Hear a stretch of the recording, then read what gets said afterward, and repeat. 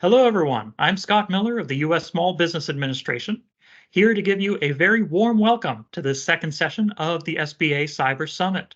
We're thrilled to have you here today as we kick off part two of this three-part series dedicated to empowering small businesses with the knowledge and tools you need to enhance your cybersecurity. Before jumping into today's exciting content, I do want to express our sincere gratitude for your presence and your participation. As we've mentioned before, your commitment to strengthening the security of your small businesses is commendable, and we are honored to have you here as part of this virtual gathering. So to start today off, I do want to share a few suggestions on how you can make the most of our sessions during this conference. First, engage actively. We encourage you to ask questions, share your experiences, and participate in the discussions during the presentations and Q&A sessions today. Your input adds immense value to the summit. Next, we encourage you to take advantage of the virtual environment to connect with your fellow attendees. We have participants from various industries and various backgrounds here with us today, and we know that the networking you do today can lead to valuable collaborations and partnerships down the road. Third, we recommend that you take notes. These sessions are packed with valuable insights, tips, and strategies. So whether it's a notebook or a digital note-taking tool, keep it handy to capture key points and action items. Fourth, we'd like you to plan for our future sessions. We're only partway through our 3-week journey, so mark your calendars for the final session coming up on November 1st, and be on the lookout for the materials from last week's kickoff session on October 18th, if you haven't seen them already. Each day offers unique perspectives and expertise, so you won't want to miss out on any of them. And lastly, continue to share your insights even after we wrap today and log off Zoom. If you find something particularly helpful or thought-provoking, share it on your social media. Use our conference hashtag SBA Cyber Summit. Sharing this knowledge can benefit your peers and expand your professional network. Today's agenda is just another part of a comprehensive journey to fortify your small business's cybersecurity defenses.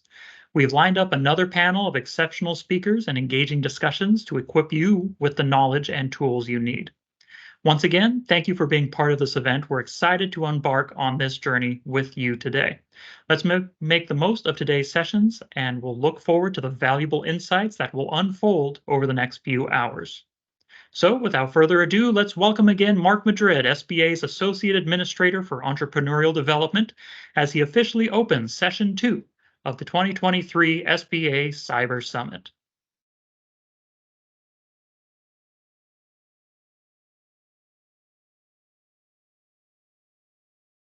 Good afternoon or good morning, depending on your time zone today. Welcome to the second session and second day of our SBA Cyber Summit. I hope that you're feeling refreshed and energized. I think you can tell that I am, for another day of valuable insights and knowledgeable sharing. I must say the first day of our summit exceeded all expectations. We witnessed an incredible synergy between our experts and attendees, which resulted in a truly enlightening and engaging experience. And it was because of you. The vibrant discussions, the exchange of ideas, and the dedication to enhancing cybersecurity within our small business community was truly remarkable. But the journey has just begun.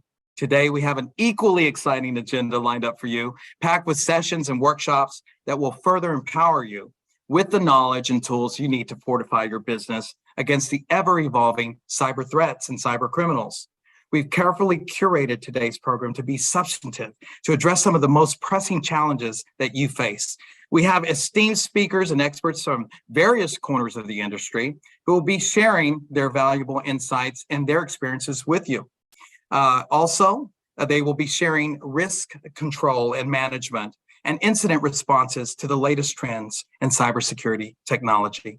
These sessions will equip you with practical strategies and the best practices that you can implement today immediately to secure your digital assets. I want to take a few moments to congratulate a special group, the winners of Phase 2 of the SBA Cybersecurity for Small Business Pilot Program. These grants are a vital initiative to enhance the resilience of small businesses in the face of ever-evolving digital landscape environments and threats.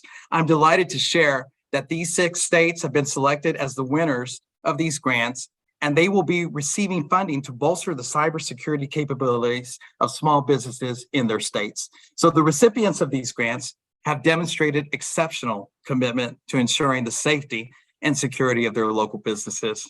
So without further ado, let's give a round of applause. Let's give a hand raise, a hand clap, and all sorts of likes to the following states: Hawaii, Indiana, Colorado, Wyoming, Ohio, and Virginia. And just in case you missed it, Hawaii, Indiana, Colorado, Wyoming, Ohio, and Virginia. Congratulations. Your dedication to the security and success of our small businesses is truly inspiring. We look forward to the positive impact and results that you will generate. Now, before we dive into today's sessions, I want to extend a heartfelt thank you to all of you for joining us. After all, this is for you.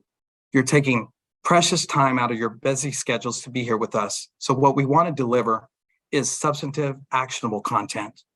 So let's make the most out of this day, seize the opportunities for learning, and engage in valuable discussions. And if you miss something, don't worry. We'll be publicizing this content on our YouTube pages.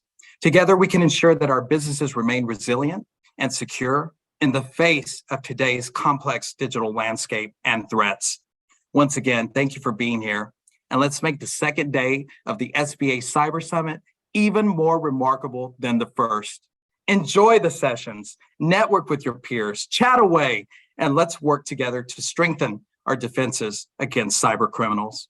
It is with great pleasure now that I introduce our distinguished speakers for today's discussion on the transformative power of artificial intelligence, AI. We are honored to have with us today Deputy Administrator of the U.S. Small Business Administration, a visionary leader and a true advocate for technological innovation, Dilawar Syed. In a time where AI is reshaping industries and impacting our lives in countless ways, Deputy Administrator Syed's insights and expertise and experience will shed light on the role of AI in small business development, the future of entrepreneurship, and the potential it holds for economic growth. Please join me in extending a warm welcome to Deputy Administrator Syed and Christopher Schroeder of Next Billion Ventures as they take our virtual stage to share their thoughts and knowledge on this critical topic. Enjoy the day, and Deputy Administrator, over to you.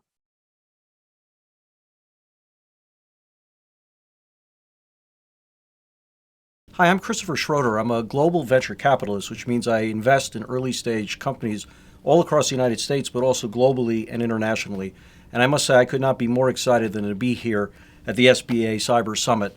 We're about to talk about probably one of the most important issues for business and society that often isn't being talked about at all now. And I can't think of a better opportunity than this summit and the person I'm about to be able to engage with to go at this in a way that could not be more useful for small businesses around America and the future of competitiveness overall. We're very lucky, of course, to have the Deputy Administrator Syed here to talk about this for a host of reasons, not just because you're Deputy Director of this amazing, Administrator of this amazing organization, but because you have firsthand understanding of technology and specifically AI and artificial intelligence. You've actually built companies that have used it and focused on it. And so I think the best way to start is for you to right set us a little bit. Can you tell us a little bit about what do we mean when we say AI, and where are we today with it? Absolutely. Well, Chris, first of all, thank you for joining us at the Cyber Summit, and also it's wonderful to see you again. As you alluded to, before I joined government, my last venture was in the AI space. I ran a company that was at the nexus of AI and healthcare, and we were using healthcare data, big data, to predict future state of health and risk. A team of amazing data scientists who would build models that would predict what is, Chris's future state of risk or health. And I have to tell you, as we have seen the rise of generative AI, I have often wondered what I would be doing at this moment if I was running the company still, which is only 3 years ago or 4 years ago. And I can tell you where the difference is, and that's probably a good way to describe how AI has evolved so quickly. So we were very much limited to one type of data set, which was claims data. And I remember my team would often come to me and say, what if we have access to medical information? What if we have access to other data sets?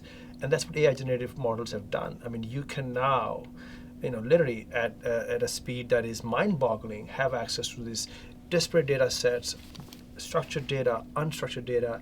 And if I were still in that role, we would be able to give a patient a very custom view of what their profile is when it comes to their potential diseases, how to address them, how they should change their diet.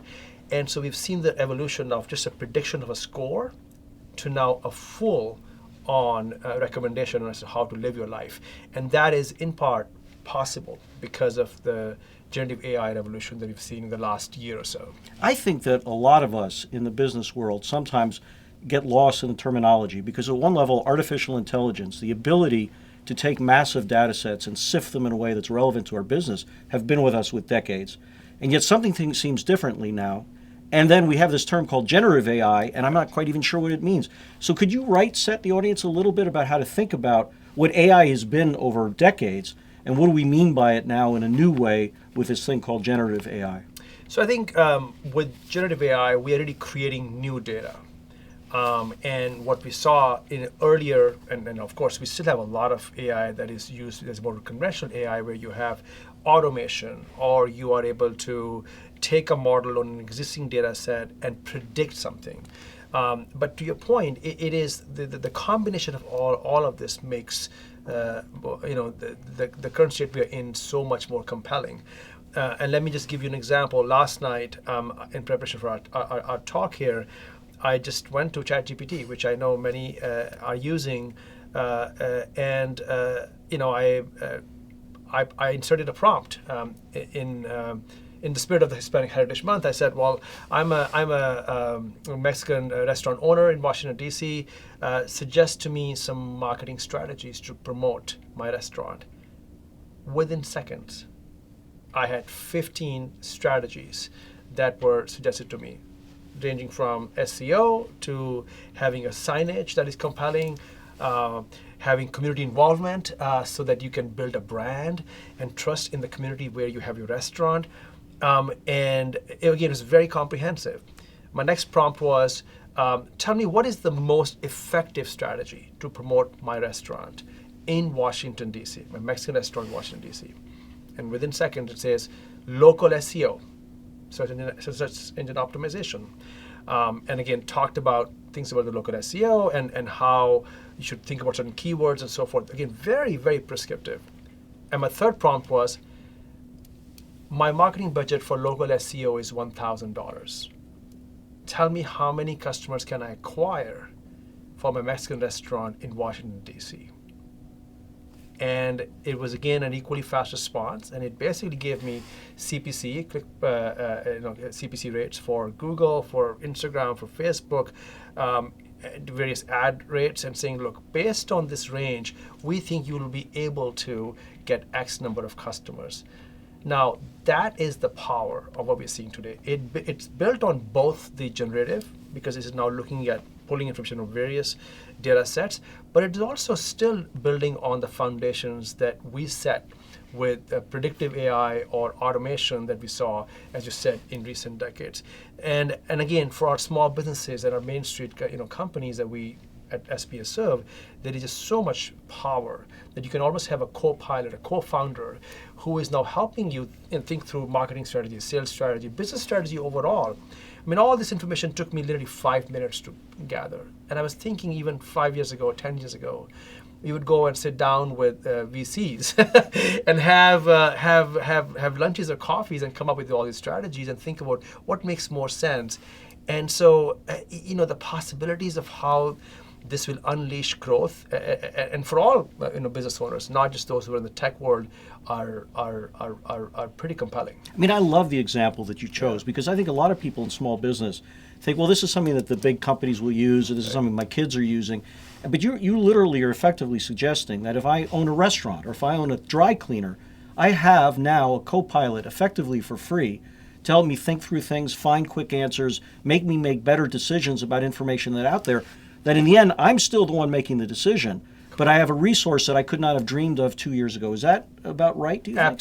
Absolutely. And I can spend my time on, I'm still, to your point, I'm still making the decision, but I have been armed with information at such incredible speed.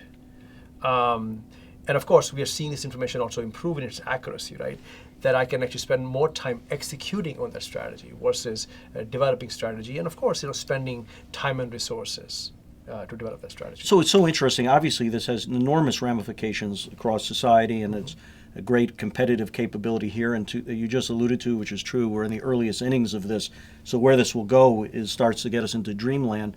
But if we're effectively saying to your members and to the small business Americas, you need to take this seriously, how is SBA taking this seriously? How has this changed your life, if at all? Absolutely. Well, that's a great question. So one of the key initiatives we have across government, across the federal government, is improving customer experience, something the president feels very strongly.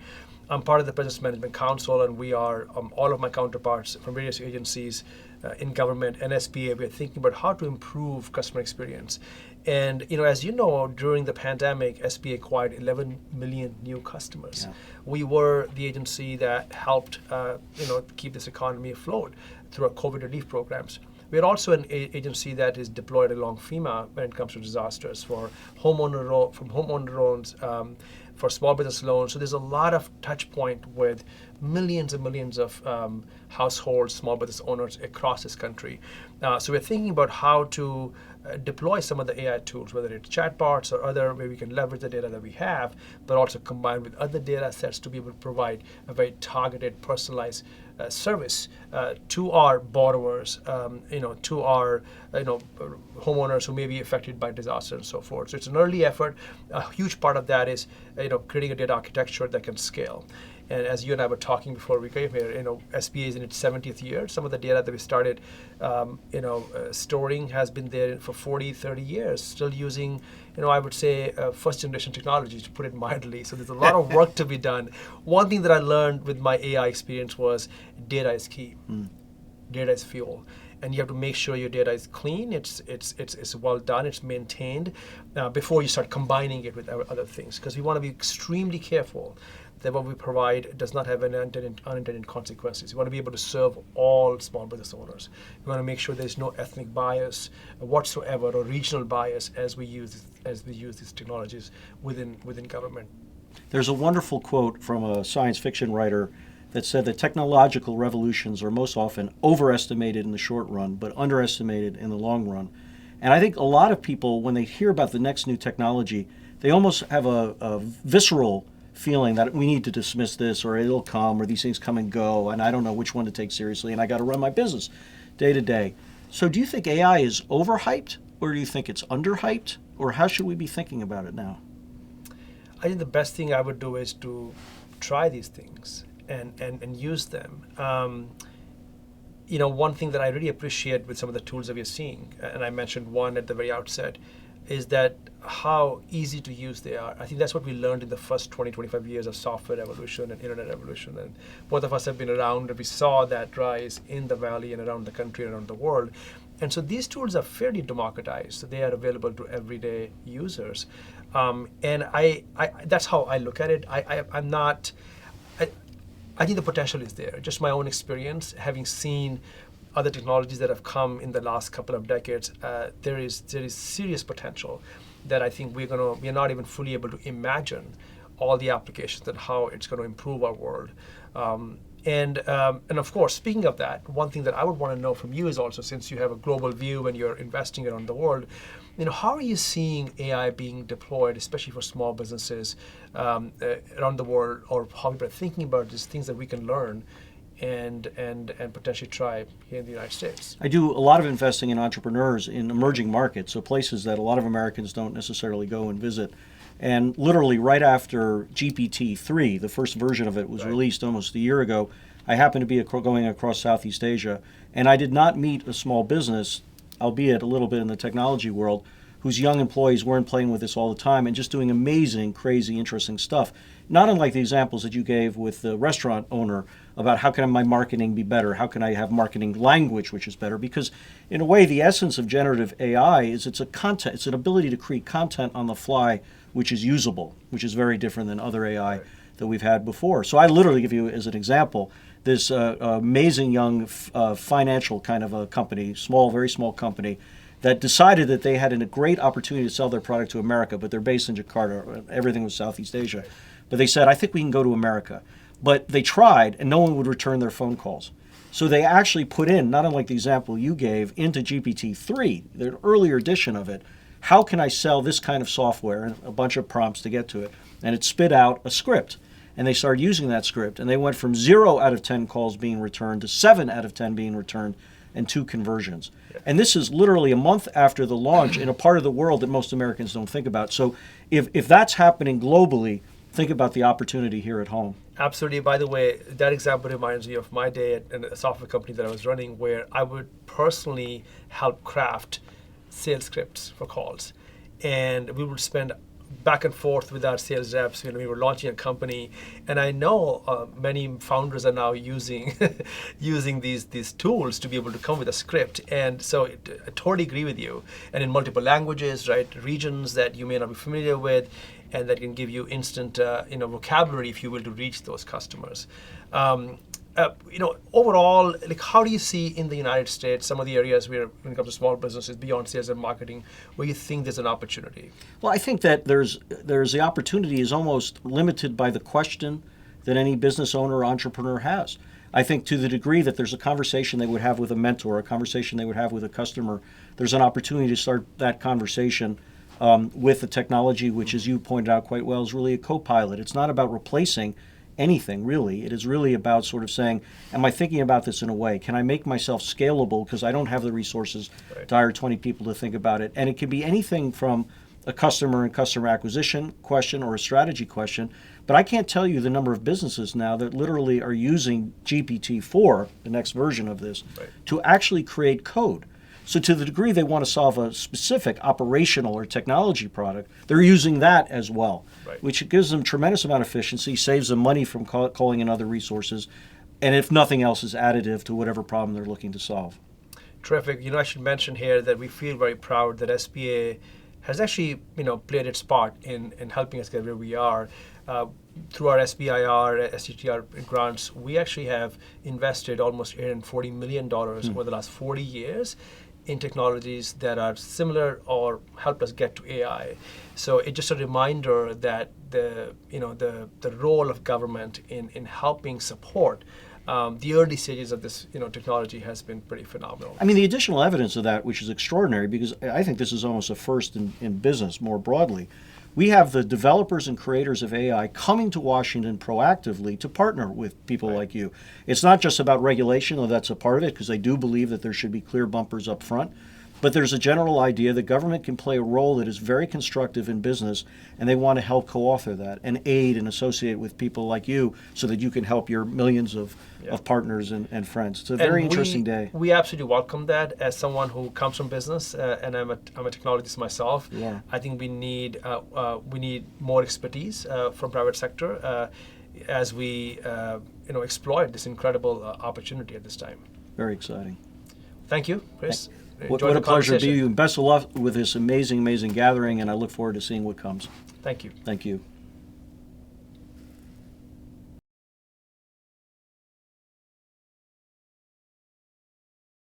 It is my absolute pleasure to sit down with Drennan Dudley, Deputy National Cyber Director for Strategy and Budget. Drennan, I'm so excited to get to have this conversation with you, and thank you so much for joining us during SBA's recognition of Cyber Awareness Month. Thank you so much for having me. It's our delight. I wonder if we could just start with you providing an overview of what it is that your office does and how people can become involved in this conversation around cybersecurity. Yeah, thank you for the question. Such an important one. And I will say that our main role at the Office of the National Cyber Director is to advise the President on all things related to cybersecurity and cybersecurity policy. That's our main role. We really are, working hard to also implement the President's strategy. He has an affirmative vision for the way cyberspace should work. Not only should it be secure, but it should also enable our economic prosperity and make sure that people feel safe and comfortable in cyberspace so that they can make sure that their small businesses are, flourishing every single day and getting all the work done that they need to get done. So your office is directly responsible for implementing the president's strategy on cybersecurity? Absolutely. That is so exciting. Talking directly to our small business owners.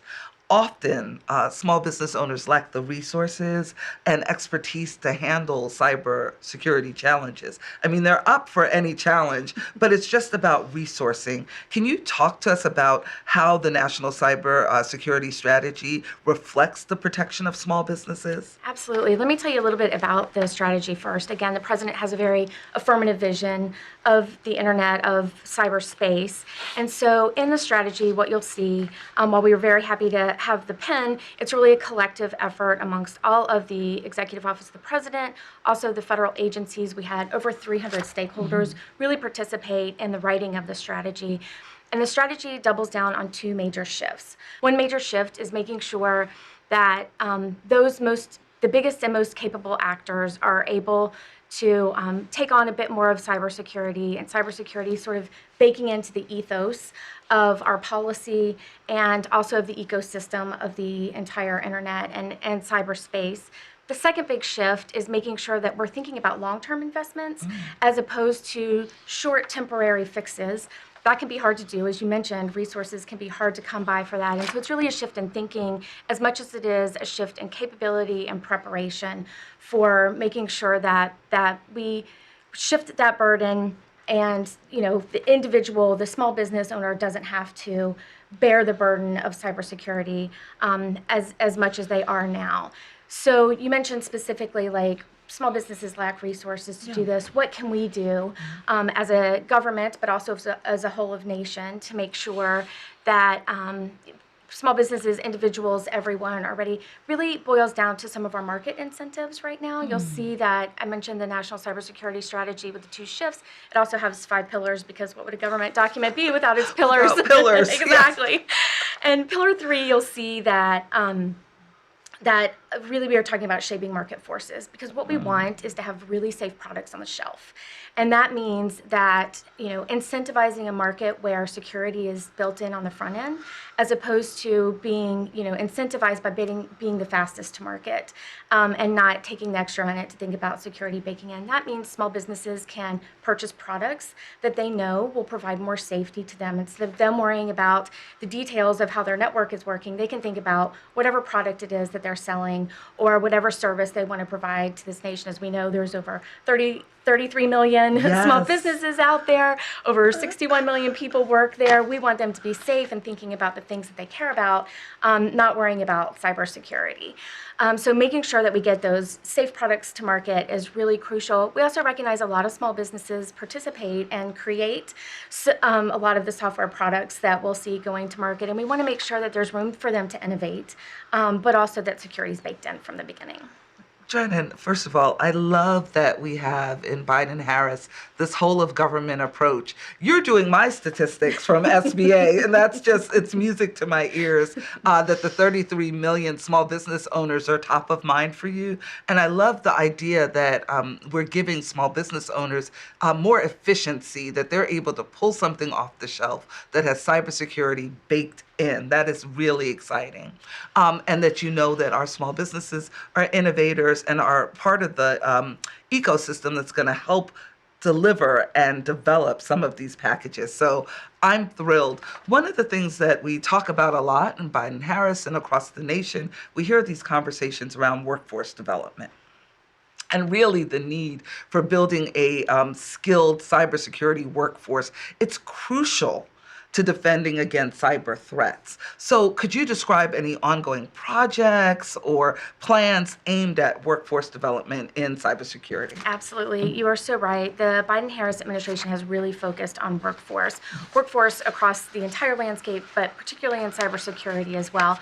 It is not lost on us that there are literally hundreds of thousands of jobs that are currently vacant in the cybersecurity space. That affects small businesses, that affects government, it affects everybody across the whole ecosystem. So I mentioned the strategy. The strategy also challenged us to us, meaning the U.S. government, to write a workforce and education cybersecurity strategy. And so I'm pleased to say that was published in July. It really talks about, three main fundamental sort of core things related to cybersecurity workforce development. We need to leverage the collaborative environments that are already existing out there. And I know we use words all the time in the government like leveraging and collaboration. But what this means is how can government, business, through small businesses, big businesses, chamber of commerces, how can we all sit at the table together and really talk about what positions are needed, who needs to fill them, and how we can make sure that education and training are matched to all of the gaps that we know are in the ecosystem right now. We also want to make sure that cybersecurity jobs are a lifelong pursuit of skills. So that's really a key thing. Cyberspace and cybersecurity evolve over time, as we know. And so providing those fundamental skills, but also an excitement and energy for innovating yourself in your job as all those positions evolve is going to be crucial. And then also really making sure that there's greater diversity in the cybersecurity workspace. There's plenty of untapped and left behind organizations, people that could be participating in cyberspace. So with so many unfilled jobs and so much talent out there that's untapped, we want to make sure that we really, get in there state by state and find people who need jobs and match them with cybersecurity. And so what does that look like? Are you going into states, having conversations with other officials, educational institutions? Can you tell me just a little more about Absolutely, that? yeah. You will see a series of events from the Biden-Harris administration where we really go into each state, going piece by piece, state by state, and making sure that, as I mentioned, all the organizations from government to business are sitting down together, talking about where the gaps are and where they might need to fill them. That's really wonderful. And that conversation then makes me think about the fact that cybersecurity, there really, in cyberspace, there are no borders. So it makes no sense to have silos and to work in silos. So our whole of government approach really is going to be crucial to addressing national cybersecurity. So how do you work with other federal agencies to do that, to break down borders, to break down any kind of siloing? Yeah, such a great question. We try and avoid silos in the Yes, federal we don't do government that. as much as possible. That's why I'm so excited that the Office of the National Cyber Director, after the president's affirmative vision was articulated in the National Cybersecurity Strategy, he charged us, the Office of the National Cyber Director, with an implementation plan to accompany that strategy. So it's really pretty novel and exciting that while maybe not everybody gets excited about an implementation plan, we certainly did. And while we had the pen in actually authoring we had the pen as the implementation plan was being developed, I will tell you that each of the federal agencies sent their best top talent in cybersecurity. We sat around a table together and really developed some strong initiatives to make sure that the president's strategy, which was bold and, as I mentioned, really focuses on two fundamental shifts, and fundamental shifts can be hard to do, that we articulated in an implementation plan written by the entire interagency. We call it, inside the Beltway, but that's all the departments and agencies across the board. That we sat down, wrote an implementation plan that articulated very clear and specific goals. Each initiative, there's 69 of them, which the 69 initiatives don't implement the entire strategy in one fell swoop. There will be additional ones to come, but the 69 highest needing executive level attention, sort of highest priority activities that need to get done are articulated in the implementation plan. And the thing that's so novel about it, and that I was really excited that the Biden-Harris administration charged us with publishing the implementation plan. Not common that you see literally a list of to-do tasks for the federal government with completion dates assigned to them to make sure that we are implementing the strategy that has been laid out before us. So really looking forward to grading our own homework and others. Yeah, and people will be grading us for this, and we're happy for that because we know how important cybersecurity is and that there's no time to waste. I am so proud. I'm proud of a lot of the work that happens in Biden-Harris, but the fact that your homework is public and there's accountability built in, that's wonderful, because a strategy without implementation or being operationalized is it can kind of sit on the shelf, and it doesn't sound like that's what's happening with this plan at all. Exactly. To that end, would you help us understand? You said there's so much already baked in, and that you're also looking forward, and that there's this idea of what's coming next already in the future. Could you help us understand, looking ahead, what are the key priorities and future plans of the White House Office of National Cybersecurity? What's in the future? What's in the future? So we have this great strategy in the National Cybersecurity Strategy. We have the second strategy, which is the workforce and education strategy. Now it's all about implementation, as we were just talking about. It's so important to, make sure that we are doing our homework and that it's being checked. So really focused on implementation. And that just takes rolling up your sleeves, making sure that agencies are working together. We've done that in a couple of different ways. One of them is, and this is one of my favorite topics to talk about, having had a long career in the budgeting space, that funding is always a critical, everything. Exactly, It's critical, everything. critical thing to follow. And so, talking about partnerships and how government is working together inside the Executive Office of the President, the Office of the National Cyber Director teamed up with the Office of Management and Budget, and we publish a memo each year articulating to departments and agencies the highest priority cybersecurity activities that need to get funded.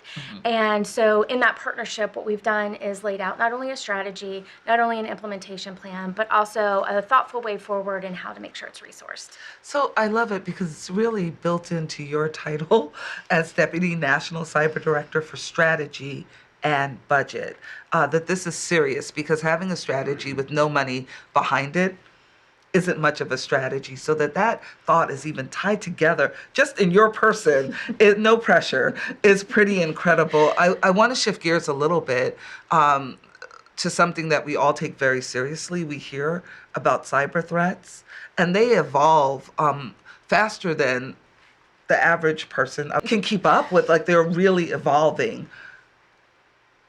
What are you doing to help us address cyber threats? Yeah, Because we know the president's on top of us.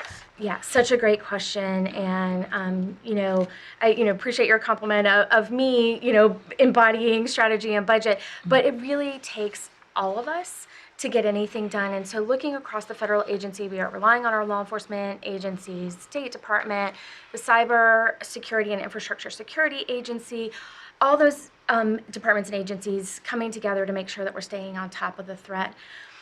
I think the SBA information that you have articulated about common threats, it's on your website. Yes. It's also coming out in the summit throughout the month, is dead on in terms of making sure that small businesses have the information they need to talk about the threats.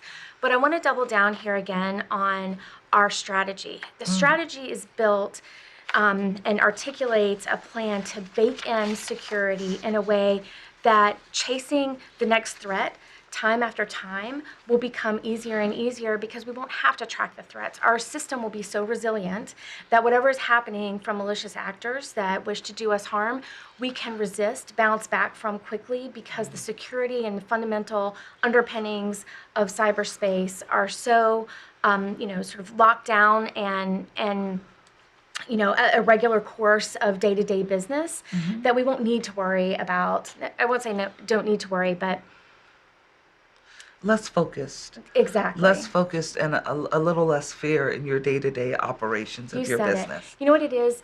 We don't want to be reactive anymore. We want to Oh. seize back this sort of, ownership of this space to make sure that we're flourishing, that small businesses have a way to put food on the table for their families because of the hard work they do without having to worry about that threat day in, day out. When you're in a reactive mode, that's what you're thinking about. But when you're in a, more assertive role, you don't have to.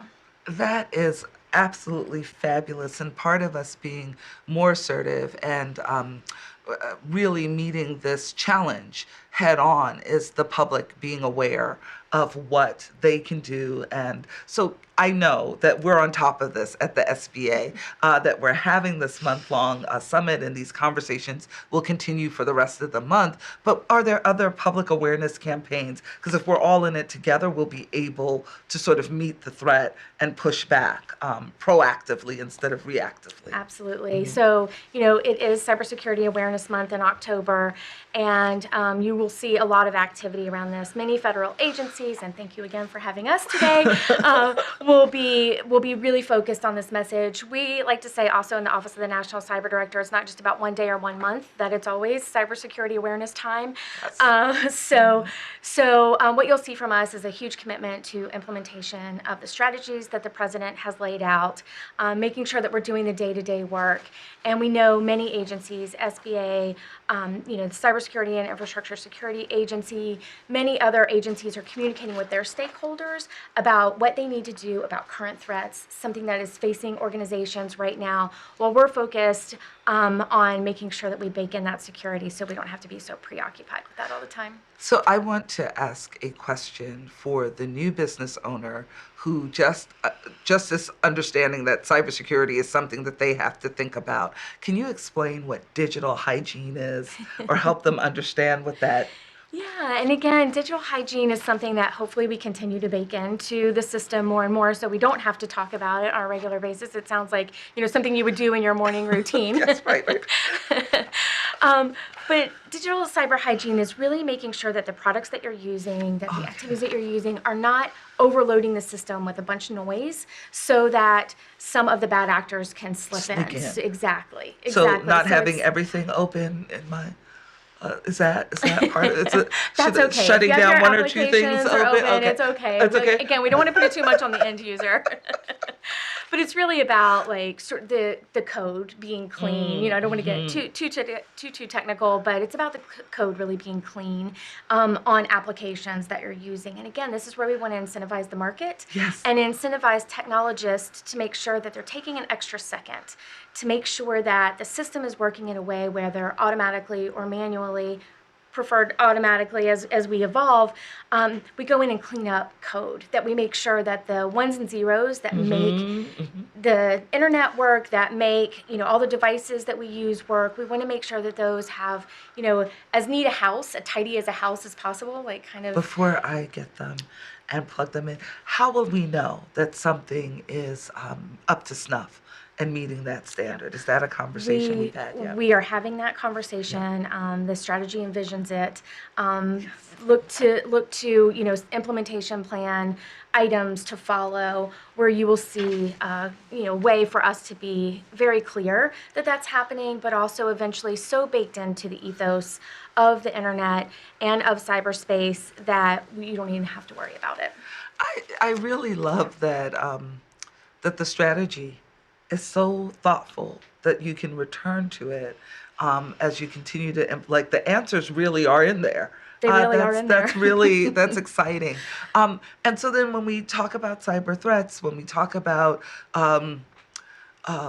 the fact that the cyberspace doesn't really have borders, do we have international partners? Or the office, the SBA also works in international trade. We have many partners.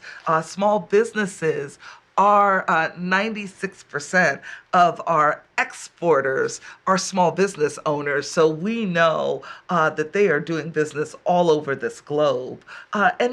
Anything you can tell us about international cooperation? Absolutely. Yeah. I mean, small businesses really are where it's at, isn't it?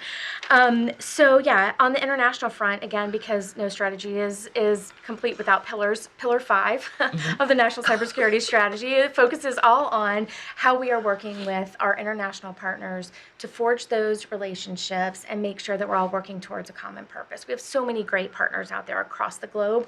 And because the internet and cyberspace is so ubiquitous and not, confined to borders, as you mentioned earlier, it's imperative that we work with them. So we're often focused on regional collaboration across the globe, making sure that we're constantly working with our partners at the European Union, at the Southeast Asian Nations Organization, and also the Organization for American States are just a few of our partners in this area, where we sit at the table, make sure that we're doing things in sync wherever possible.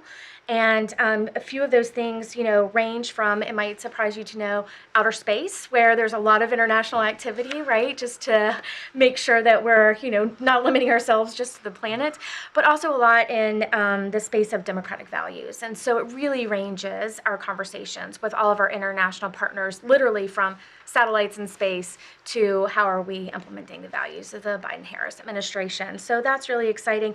You might also know that regulatory harmonization is something that we're very focused on. There's a lot of different activity out there. I know this is very important to businesses for us to Yes. strike the right balance here of making Yes. sure that when the federal government is regulating, that it's done in a way that allows business to innovate and be on the forefront of activity, and also be as consistent as possible. So we have published a request for information to make sure that comments can come in about the best way to do that, so that no matter what department or agency you're working with or what part of the globe you're working on, that we can make that as easy as possible for everyone. And that request for information is in the Federal Register? It is. Yep. Oh, Happy to provide you some additional information about where to find it. It's out on whitehouse.gov. oh, we will make sure that we link to it or in some way make sure that that information reaches every small business owner if we haven't already. We may have done it already, but it's exciting to me because, and I never thought, like growing up, things like regulatory conversations would be exciting to me, but they are, because small business owners really they pay attention. They have to, because they want to be on the right side of the law. They want to make sure they're operating correctly, and to be able to provide that kind of input to regulations that are going to impact their businesses is so very important. So really, thank you for being that thoughtful and forward thinking in this space. So we're going to shift gears a little bit to the legislative front. Yes. Because as I said, small business owners, they're everywhere and they are paying attention not only to the regulations in the executive branch, but they're also paying attention to legislation that comes out of our partners in Congress. And so are there any things that are like shaping up on the legislative front that you can tell us about that your office is maybe paying attention to? Absolutely. So on the legislative front, I think you'll see two big efforts kind of come to mind. Maybe not as directly impactful on small businesses as the regulation activity, but we, in the implementation plan, and who would have thought that you and I sitting here talking about cybersecurity would be so excited about things like implementation plans and the technical underpinnings of the internet, but here we are, and regulations. Who knew? But two legislative legislative efforts that are happening in the implementation plan. It calls for making sure that package of legislation that really enables the capability of us to dismantle threat actors is complete. And because there's so many organizations in the federal government and outside the federal government that are working to do that, we want to make sure that there's a strong package of pieces of legislation there to make sure that we're forwarding and, completing any activity that might need to happen related to the capabilities for law enforcement and others to really be able to dismantle the threat actors. So we'll have a resilient internet, but we also want to make sure that we're doing everything we can to keep the bad actors at bay. And then you mentioned workforce earlier. Obviously, that's really important. I mean, we're looking at ways to making sure that we get all of the legislation and sort of regulation, or I shouldn't say regulation, all the policies in place related to workforce activity. So those are really the two To spaces. support, yes. Exactly. Yeah, to support and again, the plan. envisioned in the strategy, the National Cybersecurity Workforce and Education Strategy envisions some, leveling of the playing field and making sure that federal agencies can hire and businesses and everyone else can hire the people that they need to. So those are really the two spaces that we're watching legislatively. I appreciate that it takes a whole of government approach. So branches of government have to work together to make this happen, and so it's a very thoughtful moment for all of us. I want to give you the opportunity as we get ready to wrap up what for me has been an absolutely delightful and wonderful conversation. I will use my computer and my applications and my software with much more confidence, knowing that you're out there watching and protecting us and that this office exists and is doing such fabulous work. But are there last thoughts that you maybe want to share with the American people, with small business owners, just anything that we haven't talked about that you want to make them aware of? Yeah, first, thank you so much. I've really enjoyed spending some time talking to you. I think it's such an important topic, and I really appreciate the Small Business Administration's enthusiasm and dedication to this topic, especially because it does affect such a, your stakeholders, your partnerships affect such a wide part of the government. So I would say, we are looking forward to this being not only a whole of government, but a whole of nation effort related to cybersecurity.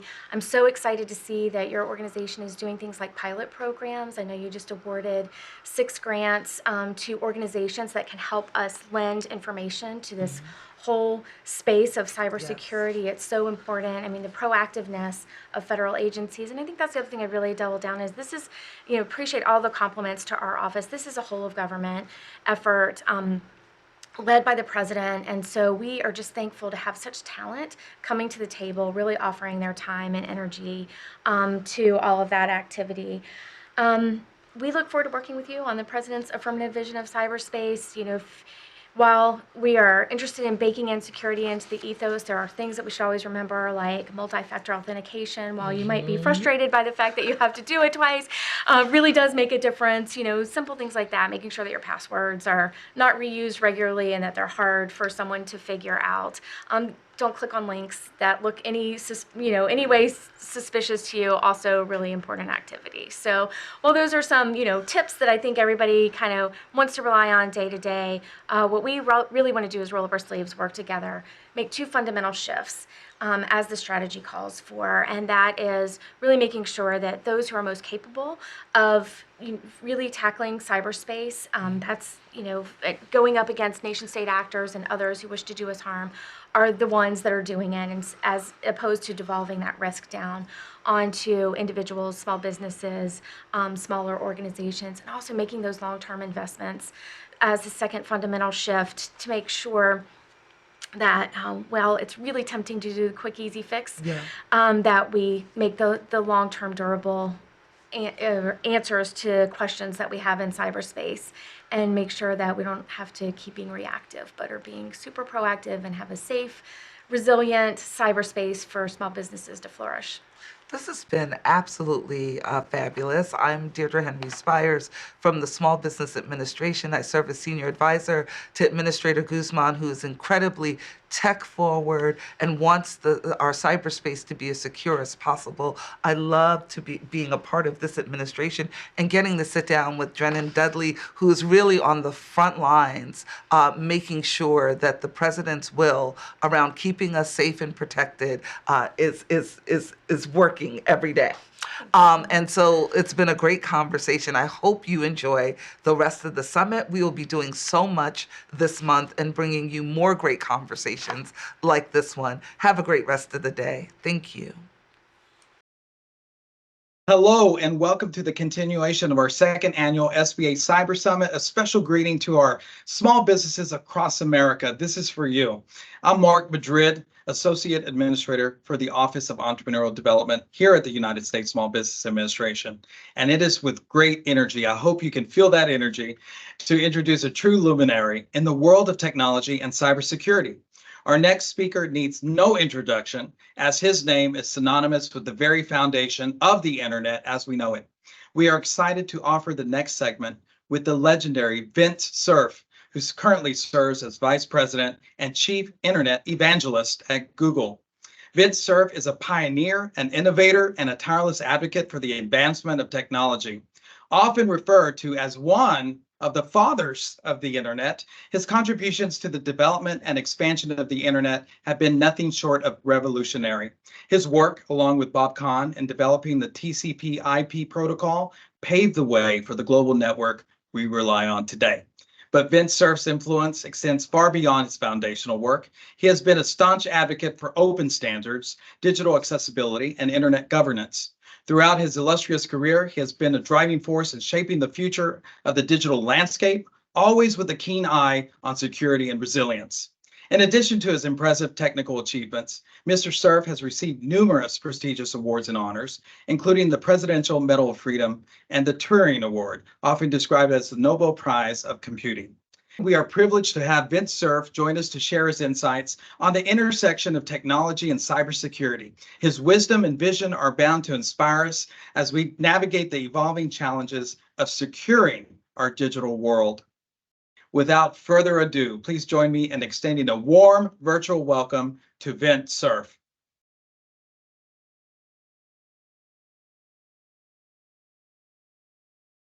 Hello, my name is Vint Cerf. I'm Vice President and Chief Internet Evangelist at Google. And my good friend John Bianco has asked me something like 15 questions about cryptography and its role in today's business world, particularly as it pertains to small business owners who often don't have IT departments that they can turn to other than maybe Uncle Joe, who's studied spreadsheets.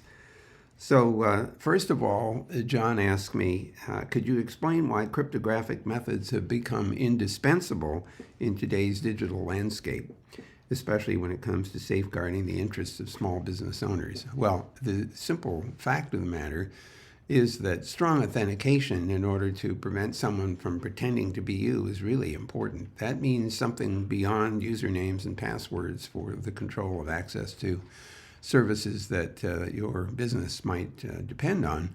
That suggests what's called two-factor authentication, preferably with a physical device that contains cryptographic keys that only you have and only the validating party has access to. I use small little devices that plug into my USB ports on my laptop provided by Google that perform that function for me. The whole point here is that you want such a strong authentication method that nobody else can pretend to be you and take actions that you didn't authorize. On top of that, there may be things that your company requires to exchange with others that should be kept confidential. Once again, one cares about using cryptography in order to protect confidential content. Often that's done using what's called public key cryptography, which allows you to encrypt a more conventional symmetric key for use in bulk encryption to protect confidentiality, but the key itself is exchanged with the other party using a public key crypto mechanism. Certainly, cryptography has been around for a long time in various and sundry forms, fairly weak substitution cryptographic methods up till today, where things are computed with digital techniques. The question is, could you highlight some of the fundamental ways in which cryptographic methods contribute to online safety and security? Well, we've already alluded to the fact that you don't want someone else to easily pretend to be you or represent themselves as you, and you also don't want your confidential information to be compromised when it's in transit. But there's another potential compromise, and that's when it's at rest. For example, in a cloud system or maybe on your own servers, you can encrypt the information while it's sitting on the hard drive, so that if someone manages to break in and capture the data that's on the hard drive, they may not be able to decrypt it. There is an issue here, by the way. Currently, public key cryptography relies on the difficulty of factoring the products of large primes. The RSA algorithm is a popular example of that. Well, the problem that is arising now is that quantum computing is becoming real. It's still some ways away from being readily available, but it turns out there's an algorithm called Shor's algorithm that can be run on a quantum computer that can easily factor the products of large primes, which means it could break algorithms like RSA. The problem there is that even if the quantum machines are not available today, they might be available 20 years from now, or even 10 years from now. And so parties who want to decrypt valuable information might record it in its encrypted form and then later decrypt it when the machines are available to do that, which is why it's important to begin to think now about what are called post-quantum cryptographic algorithms, and the National Institutes of Standards and Technology has identified 4 algorithms that have the property that they can't be broken by Shor's algorithm running on a quantum machine. Next question, Google has been at the forefront of technology innovation. That's certainly true. Can you share some of the ways in which Google has integrated cryptographic methods into its products and services to enhance user security and privacy? Well, first of all, we introduced end-to-end crypto way back in 2010 for transit. And of course, the Hypertext Transport Protocol, HTTPS, uses what's called TLS, or Transport Layer Security, in order to encrypt traffic going to and from the Google services on the web. In addition to that, I mentioned earlier, we have little cryptographic hardware devices that plug into the USB port to give you strong authentication when you're logging in so that you have a second factor. Another possibility is to use a mobile phone for that, although there are some weaknesses associated with mobile phones. You might want to think twice about using that method, like sending an SMS with a special key that perhaps the bank sends to your mobile, and you send that back to the bank to confirm that you are you. The problem is that some mobiles may be vulnerable to invasion, so to speak, in which case the SMS texted key is potentially exposed, and therefore some third party can pretend to be you. Google has also explored quantum systems development and is also very interested in enhancing the cryptographic methods that we use. So we are, in fact, already adopting some of the National Institutes of Standards and Technology's post-quantum crypto algorithms in order to get ahead of the game. Next question, the concept of end-to-end encryption has gained prominence in recent years. How does this approach benefit small businesses? Well, it should be obvious that if you have confidential information like banking information or other kinds of financial transactions, or maybe you're in the business of providing health care, and it's important that you have the ability to interact with your customers, but your customers would like to have their healthcare information protected, then using both encryption in transit for transmission and exchange, but also at rest, is a way of satisfying the needs of privacy for your customers. Next question, cyber criminals are becoming increasingly sophisticated. This is true. How can small business owners who may not have extensive cybersecurity resources leverage cryptographic tools to guard against threats like data breaches and phishing attacks? Several things you can do. First of all, you want to keep your software up to date. Many companies that provide software will also provide regular updates to protect against various vulnerabilities that might have been discovered. The other thing, which is also equally important, you want your employees to understand how phishing attacks work. Typically, they're done by email, and they usually are couched in panicky terms like, my account is inaccessible, and my business is failing, and I need your help, and I'm the sysop at this other company that relies on you, and gosh, can you please supply me with another key or with another login or something like that. Usually there's this urgency. There's usually a scenario where a looming disaster is happening. As soon as you see something like that in an arriving message, first, the red flag should go off saying, who is this person? Why should I, pay attention to them? Are they a customer of mine? Are they pretending to be a customer of mine? Have they used that customer's email address and sent an email to try to get me to expose the access to that account? So I'm sorry to say suspicion is your friend here, especially when there's any indication of great urgency. So your employees should be made aware of that risk factor.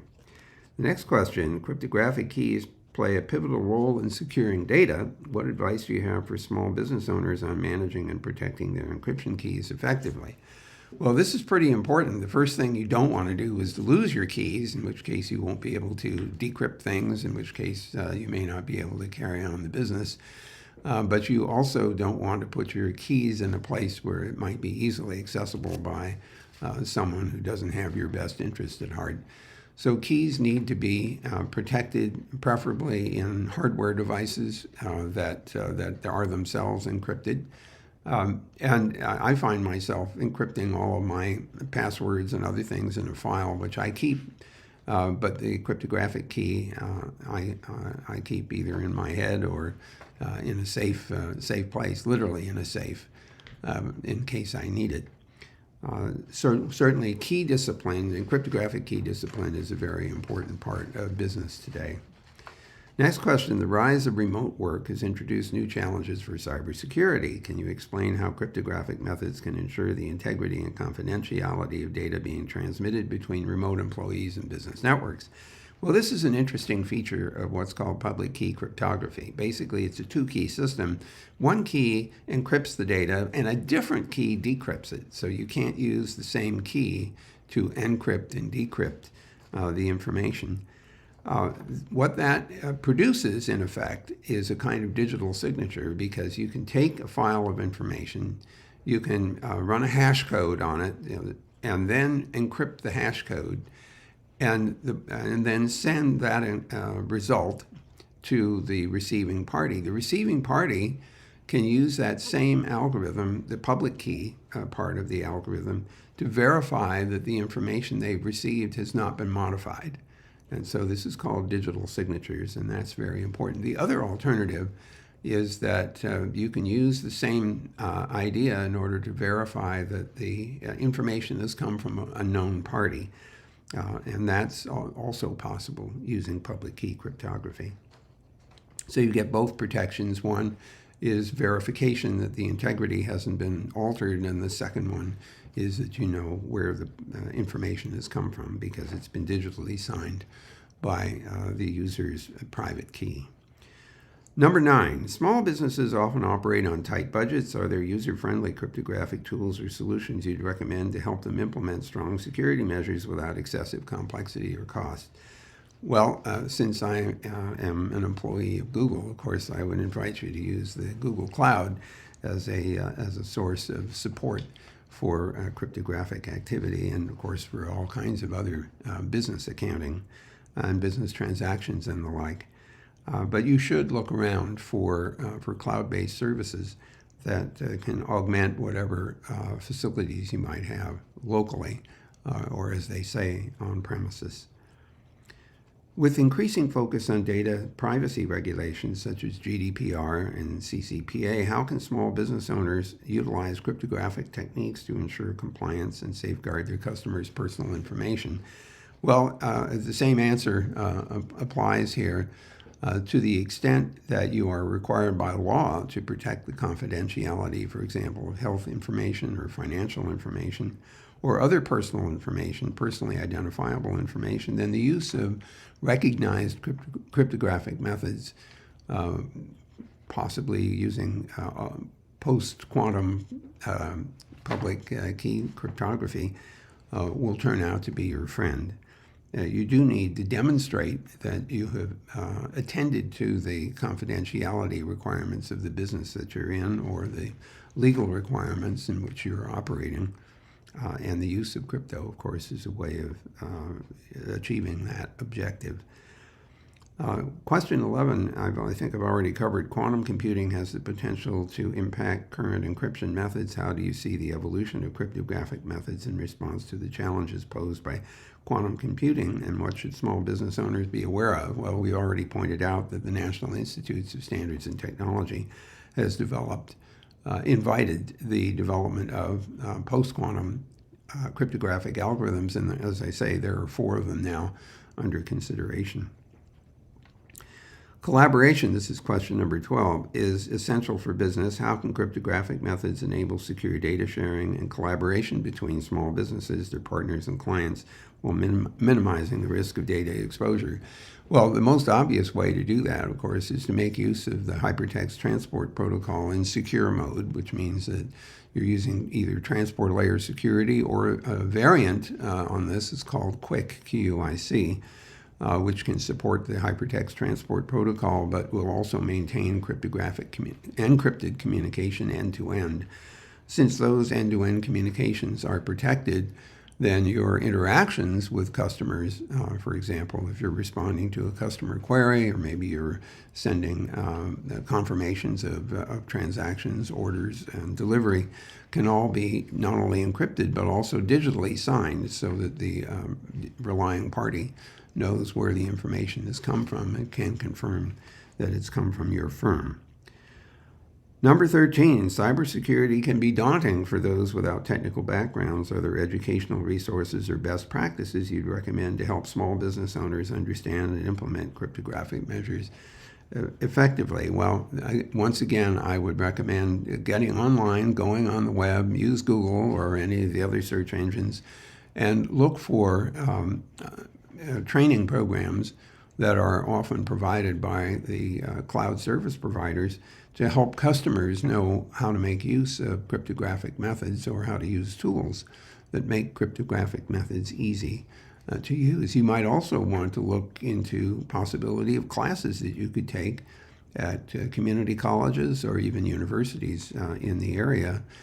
You'll also find that many of the companies that provide these online services also have certificate programs that would allow you or your employees to gain specific capability, knowledge, skill in the use and configuration of cryptographic techniques.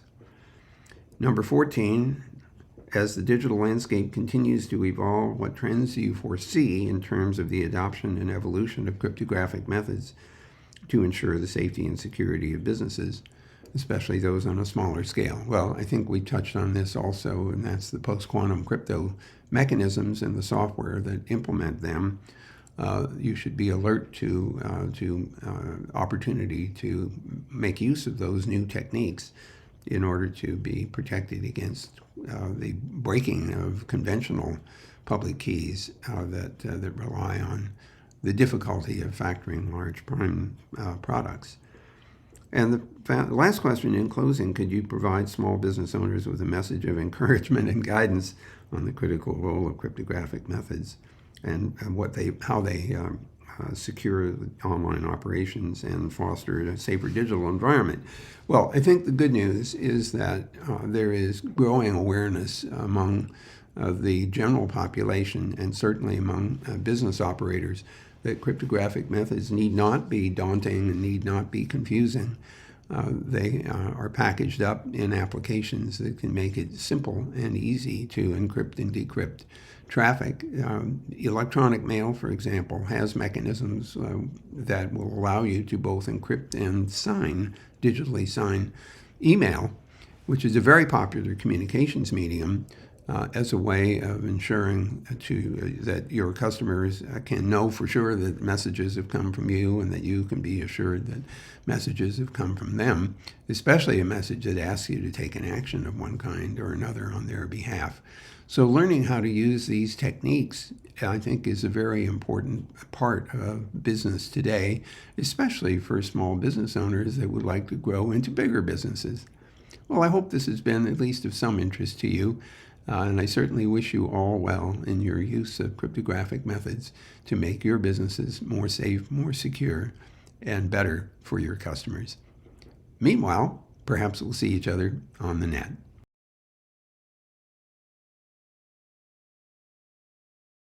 My name is Jack Bianco, and I'm honored to have with us a truly remarkable individual who has made significant contributions to the world of philanthropy and technology. He's the founder of the immensely popular online platform Craigslist and the visionary behind Newmark Philanthropies. Ladies and gentlemen, please join me in welcoming the one and only Craig Newmark. Craig, I think we've set it up today, and I appreciate your time, my friend, for the SBA Cyber Summit for a series of 10 critical questions to sort of hear what you've been working on and some of the technology and cybersecurity issues.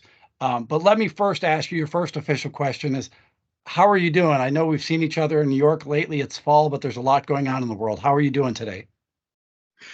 Things are good today. Lots of cybersecurity related activities, even including Girl Scouts and Wikipedia. Aside from that, I've generally been nerding it up. Got it. Again, thank you so much for joining us. But let's dive right in, if you're ready, to our conversation. Your journey from creating Craigslist to establishing a philanthropic foundation is a remarkable one. You started Craigslist, if I'm right, in 1995, which I would say revolutionized the online classified ads. Can you share a little bit about that journey and what inspired you to create the platform, since we have so many entrepreneurs in our audience? My deal was that in early 95, a lot of people had helped me settle into San Francisco, where I'd moved not long before. People really did help me out on the internet as it existed then. I thought I should give back. Plus, frankly, I thought I needed some help better socializing with people. I really am a nerd. I really needed help with that social stuff. And to be very frank, I still do. Got it. So over the years, Craigslist has had an immense or profound impact on how people connect and share information, obviously. How did your experience with Craigslist shape your approach to philanthropy and community support through the Newmark Philanthropies that you work so actively on now? Well, a lot of it has to do with stuff that is for real, authentic, helps people with what they really need, and does it well. In the case of Craigslist, people do things to put food on the table. Sometimes people find a table on Craigslist, and sometimes you find a roof under which to put the table. That's all basic, real stuff. My attitude overall, not consciously until recently, but my deal is you want to treat people like you want to be treated. And that's the most basic part of the moral compass, which runs everything I do. Wonderful. So can you tell us a little bit more about the specific mission and goals for Newmark Philanthropies, and maybe the key areas or initiatives it focuses on? Well, to my surprise, even though we decided to monetize Craigslist,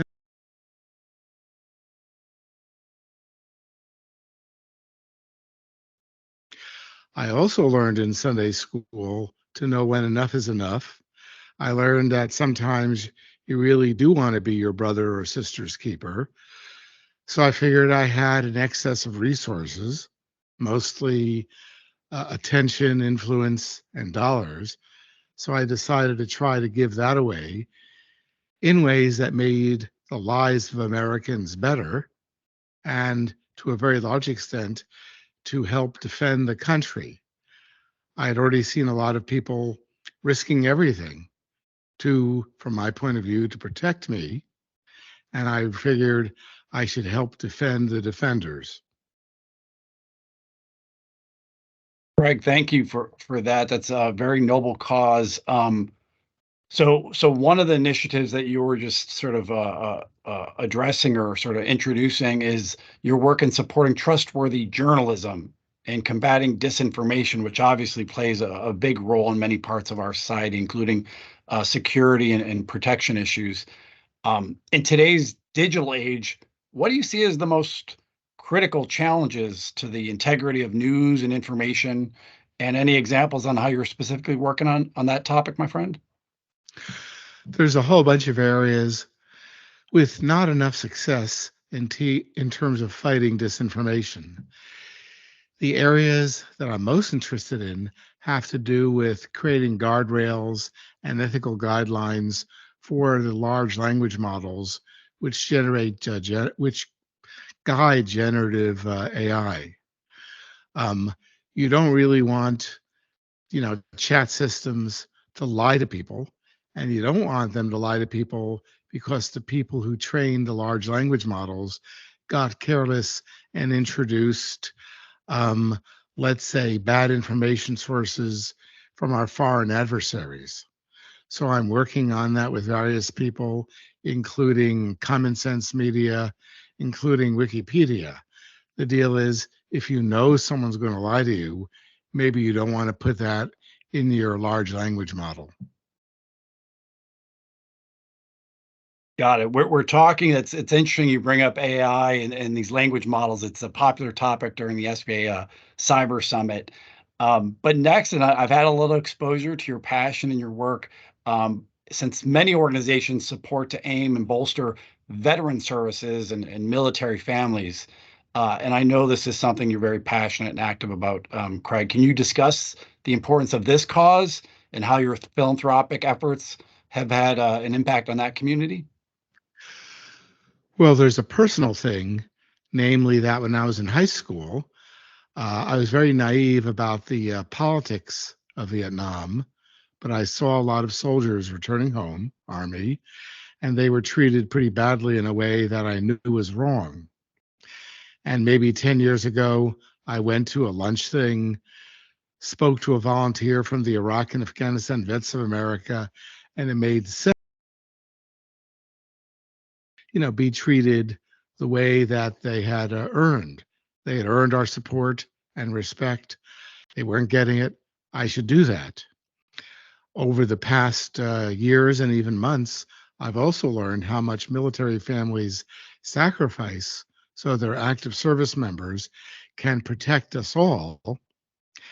And I've learned that sometimes military families have to do things like choose between good food and housing, which I take personally. It pisses me off. So I've gotten involved in these areas in really big ways. I work with groups like Blue Star Families and the Bob Woodruff Foundation to do real things to support military families and vets. It's not enough. It will never be enough, but I do take it personally. We all should or do actively. SBA, as you recall, has a veterans assistance program where we really work with our military communities to help them start a business if they wish, find employment, and otherwise pursue additional aspirations they have. So thank you, by the way, for sort of promoting some of those veteran business opportunities that we have. The centers dispersed around the United States and some other things that we do. It's been really a joy of seeing you help our Department of Veterans Affairs, the organizations that you mentioned, and others in that community. Let me focus a little bit here, since we are at a SBA Cyber Summit. Obviously, cybersecurity is a growing concern in our increasingly connected world. How do you view the role of philanthropy in strengthening cybersecurity measures and protecting individuals and organizations from online threats?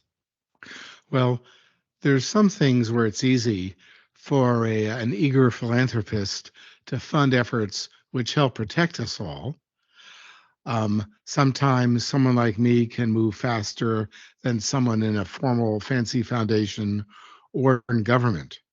For example, there are some organizations which scan the pretty much the entire net looking for systems that are infected, sometimes industrial control systems that control factories, and sometimes they find systems that are infected in our homes or in businesses, and sometimes the infections are from ransomware.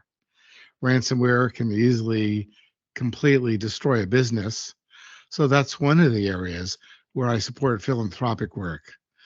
But also, as consumers, we want to know that our internet connected devices have been tested in good faith so they won't go suddenly badly wrong. Remember that the internet connected devices we own are like cars, coffee makers, maybe sometimes ovens or hot water heaters. And if a foreign adversary hacks those and wants to distract the American public from national security, they could do things like take over cars during rush hour in cities and start driving them into each other. Or they could start fires with coffee makers and ovens. Also, a kind of act of war that we haven't thought about very much, but we need to defend ourselves. And sometimes someone in philanthropy can get ahead of people elsewhere. And that's what I spend my time talking about and doing. Got it. I'm going to put a little plug. You mentioned ransomware. We've got stopransomware.gov at the federal level that sort of coordinates some stuff between Homeland Security, CISA, NIST, SBA, and others to really sort of emphasize that point. But you just brought up Internet of Things. Yeah, I can tell you, Craig, in our household, we're using more interconnected devices, which makes life convenient at times. But we often, as a family in my household, especially with a young one, talk about the safety concerns.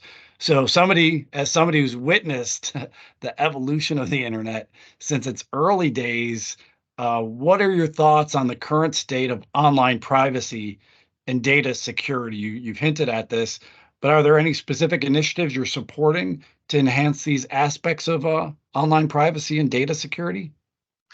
Well, mostly when it comes to security, I'm thinking along a lot of the same lines as Homeland Security CISA. We need to protect ourselves so we can also protect our businesses and the country. For example, we got to get serious about our passwords, strong passwords, password managers, and then we have to accelerate the use of so-called passkeys. Passkeys are a big evolution in the history of passwords. They solve a lot of problems like phishing, and they prevent a lot of the accidental compromise of passwords because sometimes people can be tricked into giving them up either via social engineering or phishing. I also have to help CISA and so on push important parts of Shields up and secure our world, like when a system is saying that it's ready for an update, a patch, don't procrastinate. Go ahead and do it, because a lot of those patches are to bring your systems up to speed so that they can be safe against intrusion from bad actors. So there's a lot of principles there.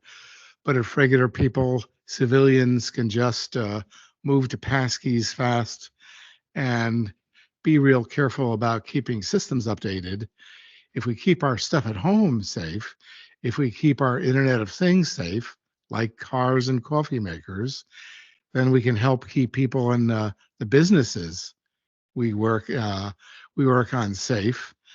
And a lot of people, if you're doing your own personal due diligence on this, and if you find that you're good at it, then maybe you can take a look at a career in cybersecurity. There's a lot of jobs available. And if you're good at doing it around the home and where you work, maybe you can do much bigger things for the whole country.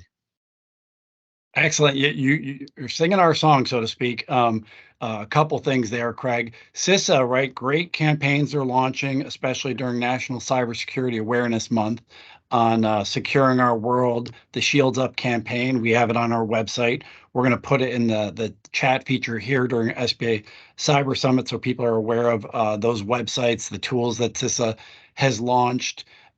You also mentioned sort of that consumer versus entrepreneur.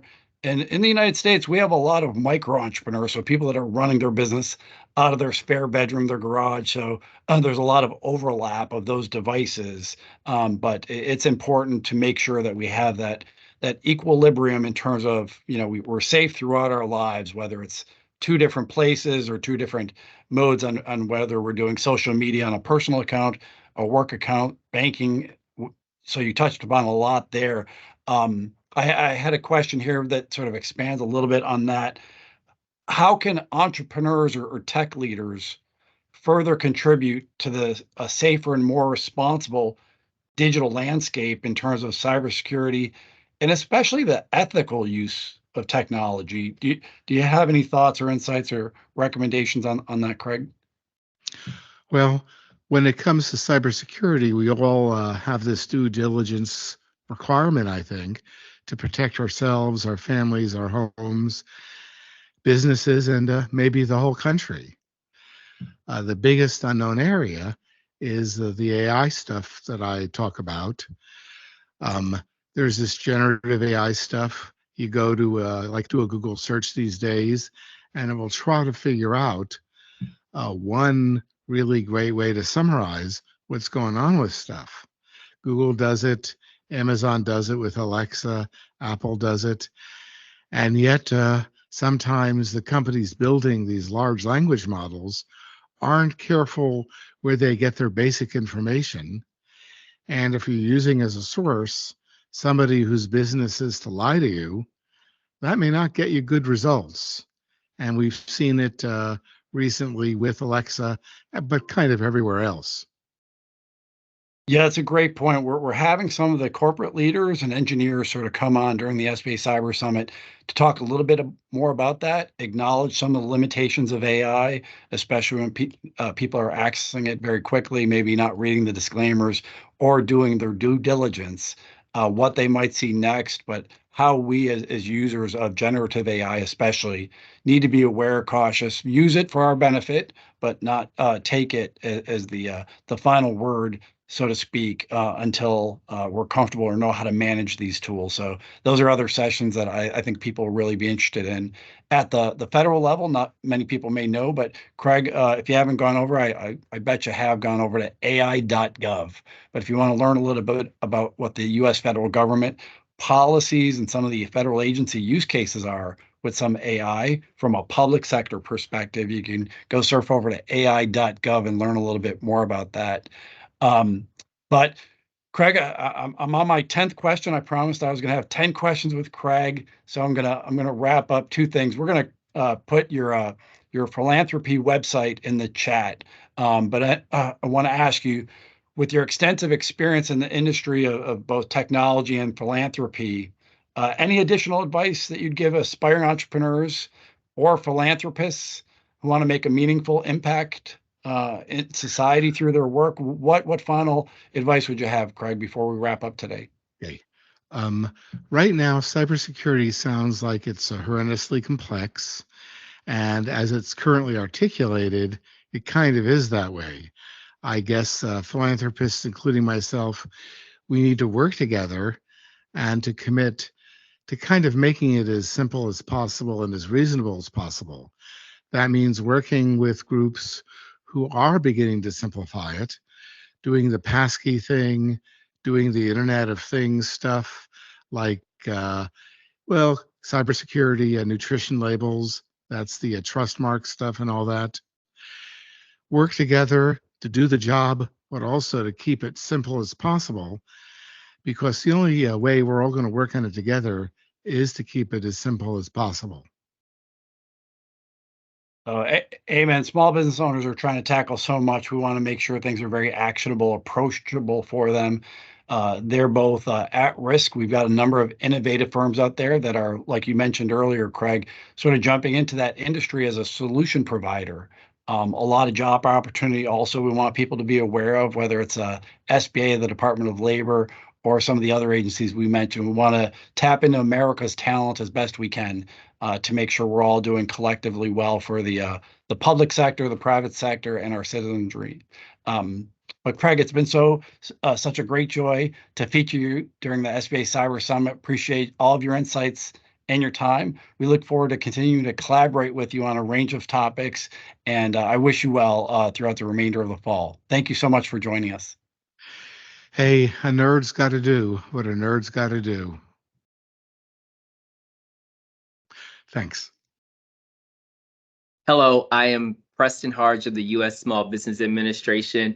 I'm hoping you all are having a fantastic time right here at the SBA Cyber Summit. Now, can we just pause right now and just give a round of applause to the presenters that have shown us, given us so much information. Like, thank you so much. Round of applause. I mean, and hand emoji can work too. Their dedication to helping small businesses protect themselves in this digital world and is just so invaluable, and we're just so fortunate to have them here.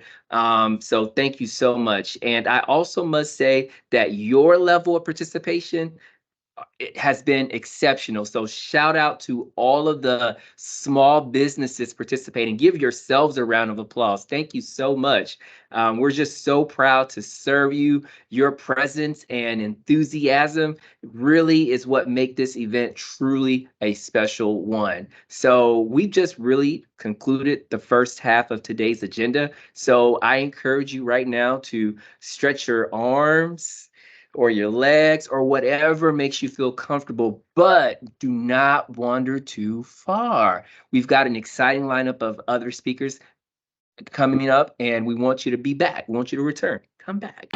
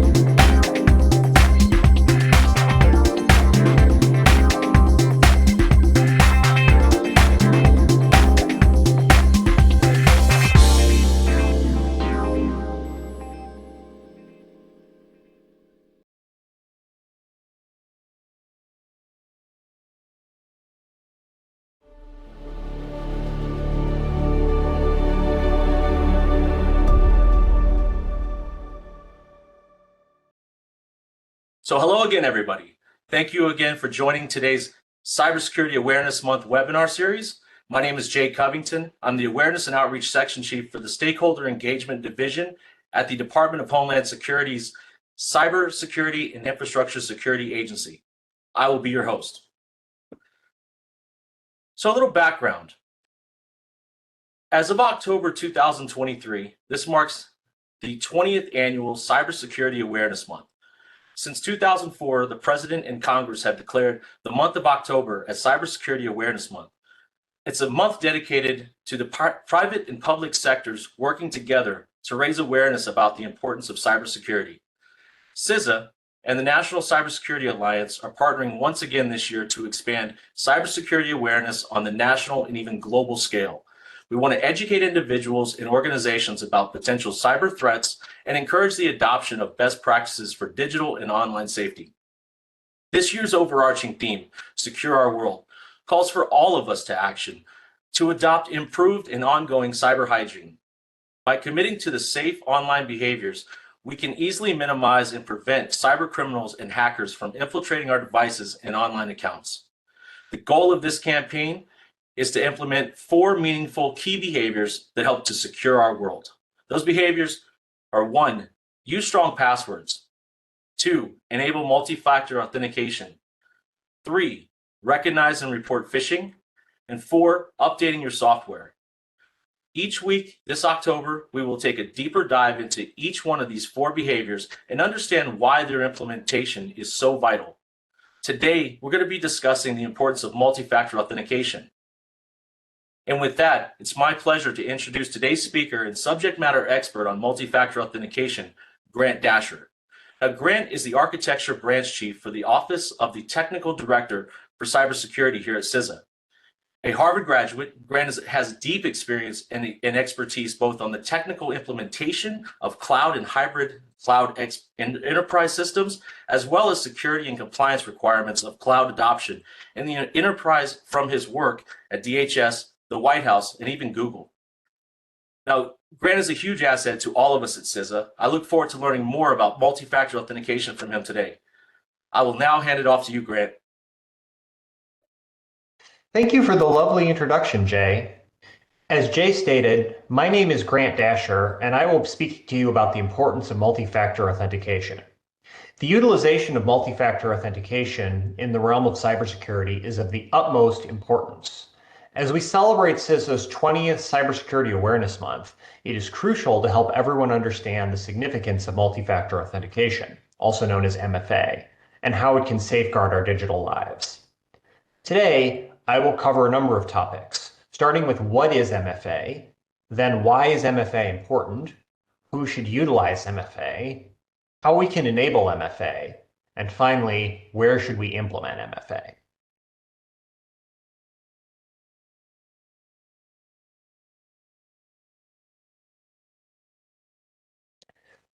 First, what is MFA? We need more than a password to protect our online accounts. Multi-factor authentication, or MFA, is one of the strongest tools to prevent cyber intrusions. Enabling MFA makes us significantly less likely to get hacked. There are many names for MFA, but they all mean more or less the same thing, opting into an extra step to validating your identity when you visit trusted websites and applications in order to confirm that it's really you. Though it is not yet an industry default option, many companies provide us with a step to double check our identity using MFA. Instead of asking you only for a password, which can be reused, more easily cracked, or stolen, they can verify it's you by asking for 2 forms of information. First, they'll ask you for something you know, like a password or PIN number, along with something you have, like an authentication application or a confirmation text on your phone, or something indicating who you are, like a fingerprint or Face ID. This combination of steps is a lot harder for an attacker to fake. Utilizing MFA is the single most important thing you can do to protect your digital information. Why is MFA important? Adversaries are increasingly harvesting credentials through phishing emails or by identifying passwords reused from other systems. MFA increases security because even if one credential is compromised, unauthorized users will be challenged to meet the second authentication requirement, largely thwarting their ability to access the targeted device, network, or system. MFA is a layered approach to securing your online accounts and the data they contain. When you enable MFA, you must provide a combination of 2 or more things to verify your identity before the service grants you access. Using MFA protects your account more than just a username or password.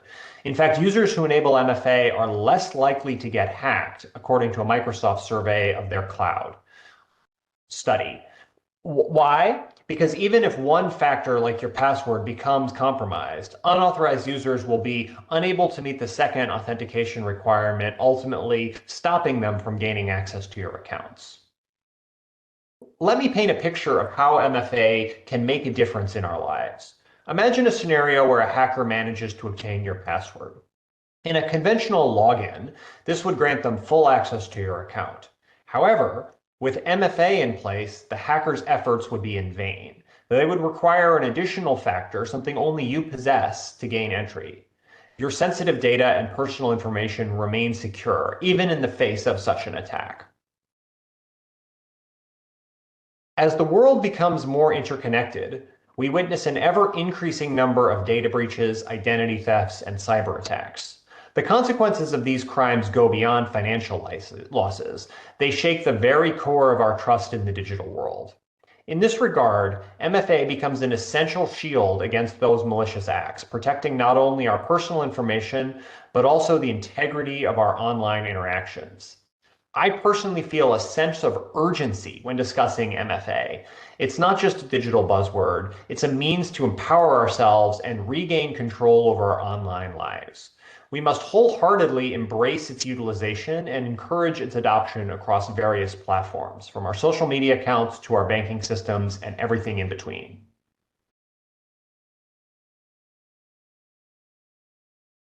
Who should utilize MFA? By now, you've probably already guessed what I'm going to say when it comes to the topic of why we should use MFA and who should use it. Everyone should utilize MFA. Wherever there is technology, there needs to be MFA. While cybersecurity might seem intricate at its core, it revolves around people, starting with all of us. Regardless of your role, whether you're deeply entrenched in cybersecurity, a supplier, infrastructure steward, a student, a job seeker, or just a regular internet user, your role in cybersecurity is pivotal and is part of our collective effort to reduce the risks we all face online. By committing to safe online behaviors, we can minimize or prevent cyber criminals and hackers from infiltrating our devices and online accounts, and that starts with MFA.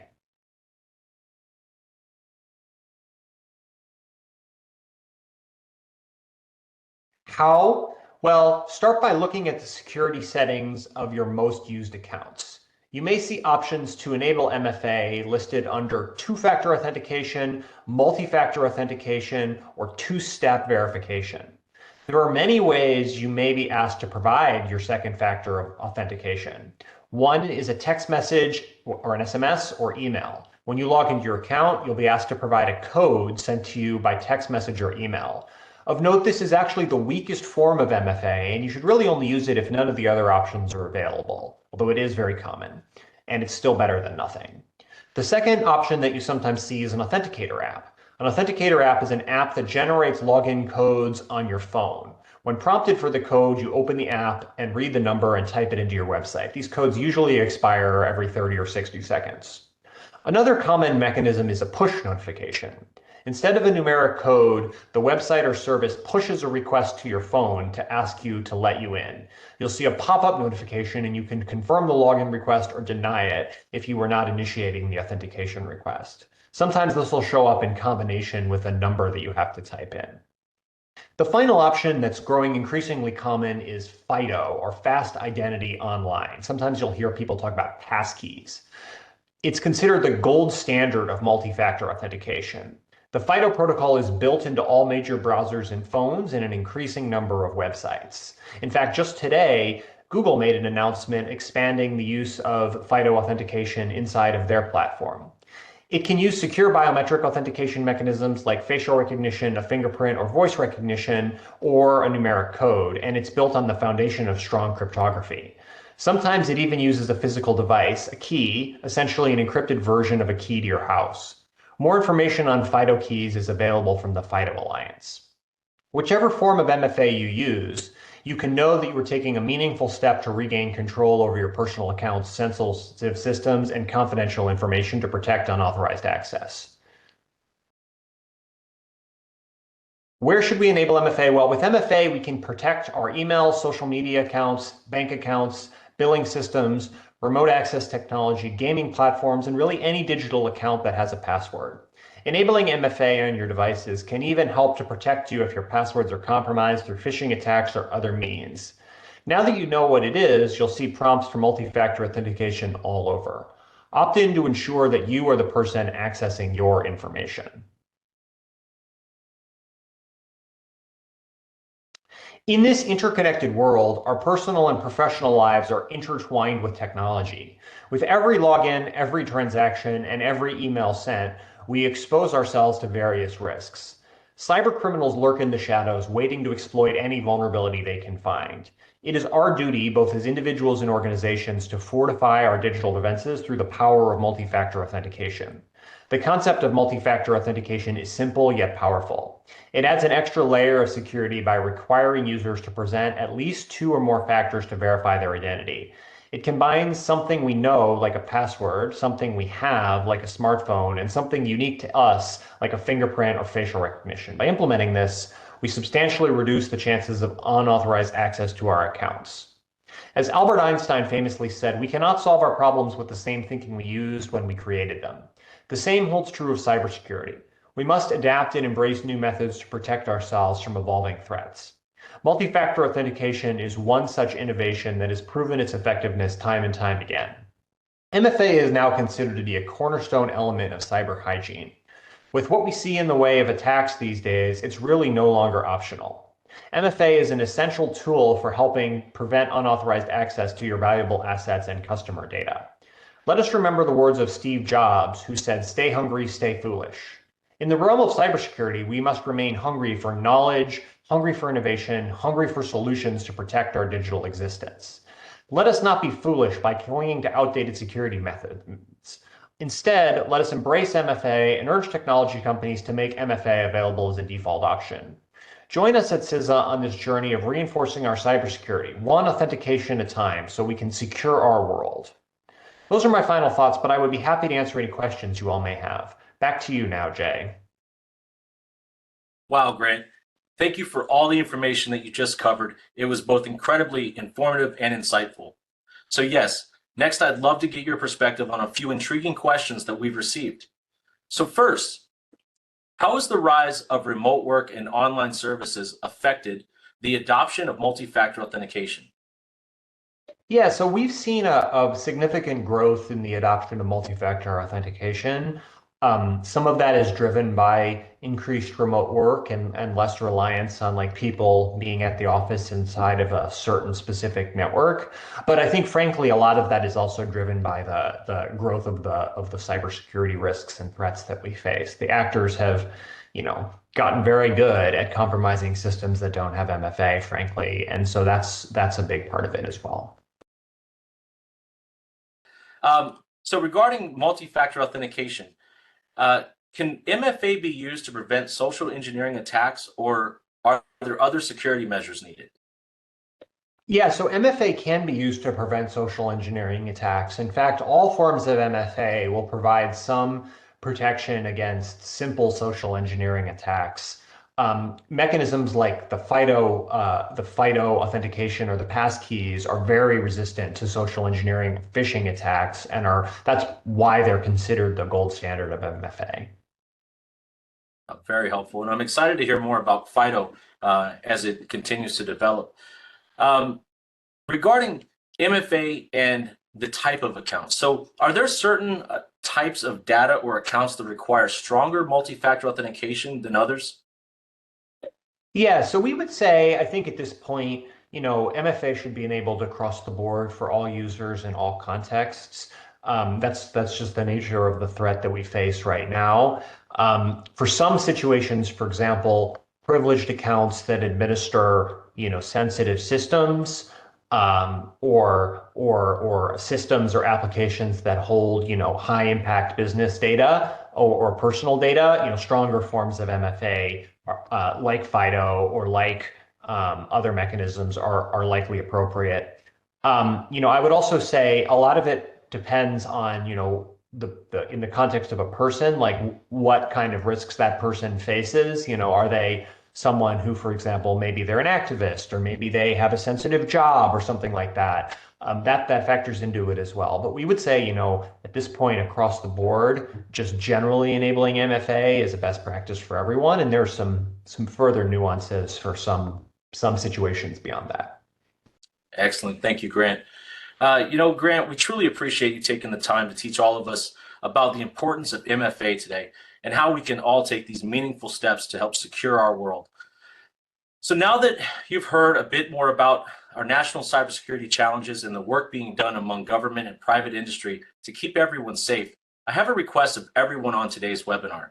On behalf of CISA, please help us all protect and secure our critical infrastructure by joining the team's effort to raise awareness and spread the word that cybersecurity is for everyone, and it's about the people. Now, we offer many tools and resources on our CISA.gov website for organizations and individuals to participate in Cybersecurity Awareness Month, whether to create your own campaigns or just simply sharing the information with your friends and neighbors. Now, we're asking everyone to join the online conversation about Cybersecurity Awareness Month via social media platforms using the hashtag #SecureOurWorld and Cybersecurity Awareness Month. Even better, join the global conversation by sharing Cybersecurity Awareness Month messages among your personal and professional networks. So help spread the word in your communities by passing on cybersecurity tips to your friends, your families, your coworkers, and show them how easy it is to improve their own cybersecurity and staying safe online. Now, your efforts will help strengthen the national cyber defense and create a safer and more secure cyber ecosystem for everyone. Again, a big thank you to all of you for celebrating the 20th annual Cybersecurity Awareness Month with us. Please join us for the next 2 webinars in this series, which will cover how to recognize and report phishing and the importance of keeping your software up to date. Now, you can sign up for them through Eventbrite, just like you did this webinar. If you have questions or would like to access CISA's resources, please visit CISA.gov/SecureOurWorld. And let's all work together to secure our world. Thank you.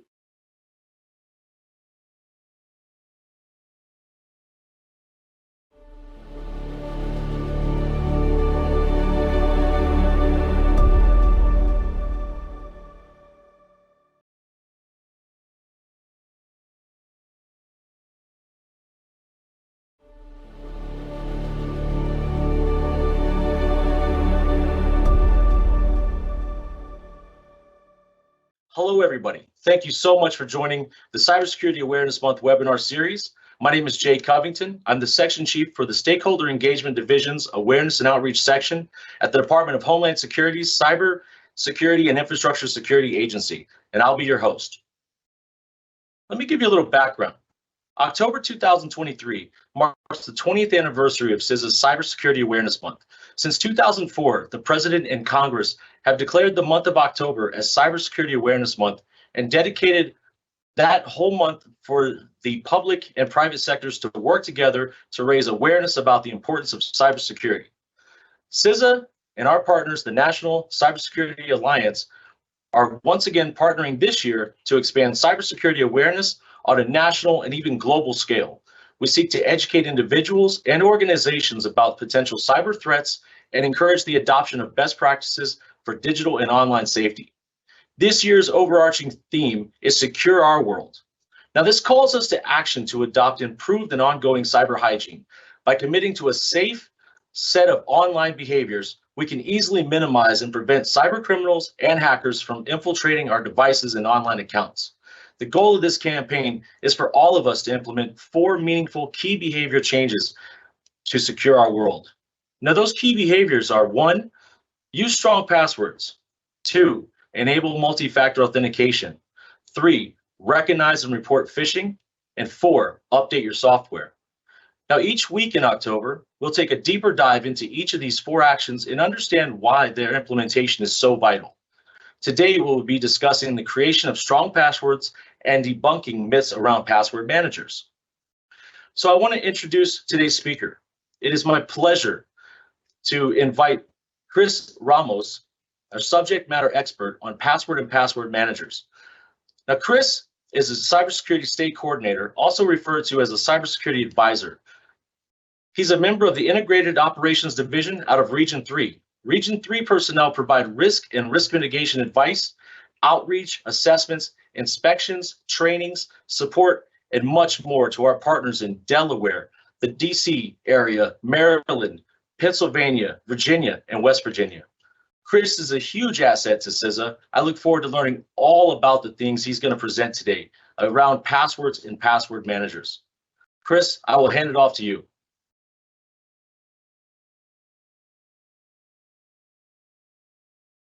Thank you for the introduction, Justin.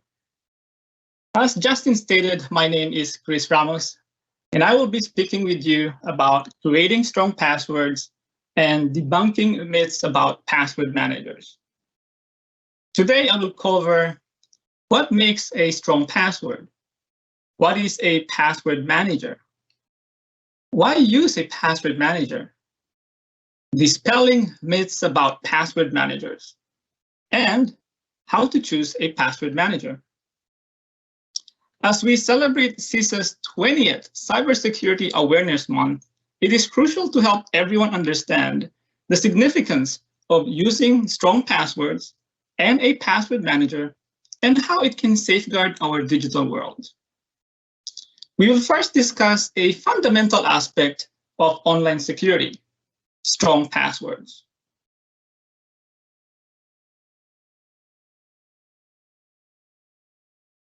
Creating strong passwords is like building an impenetrable fortress around your digital world. It's the art of crafting a combination of characters that only you can unlock, keeping your sensitive information safe from prying eyes. With each character, symbol, and number, you fortify your defenses, ensuring that your online presence remains secure.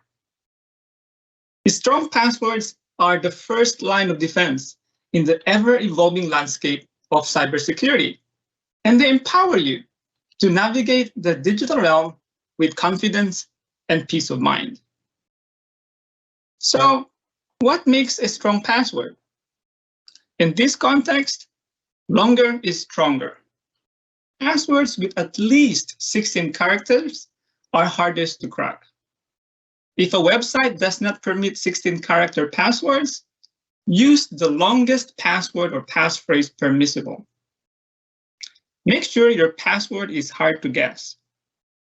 Do not include personal information in your password, such as your name, your pet's names, birth date, or any information you share in social media. Use a random string of mixed case letters, numbers, and symbols. Get creative with the spelling and add numbers and symbols. Avoid using common words by substituting letters with numbers and punctuation marks or symbols.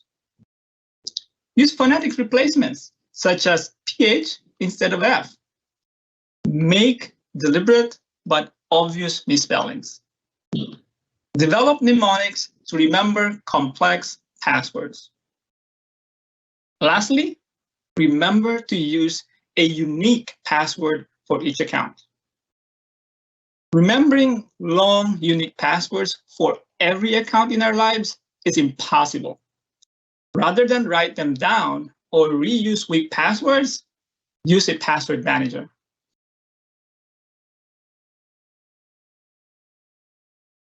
Password managers generate strong and unique passwords for you.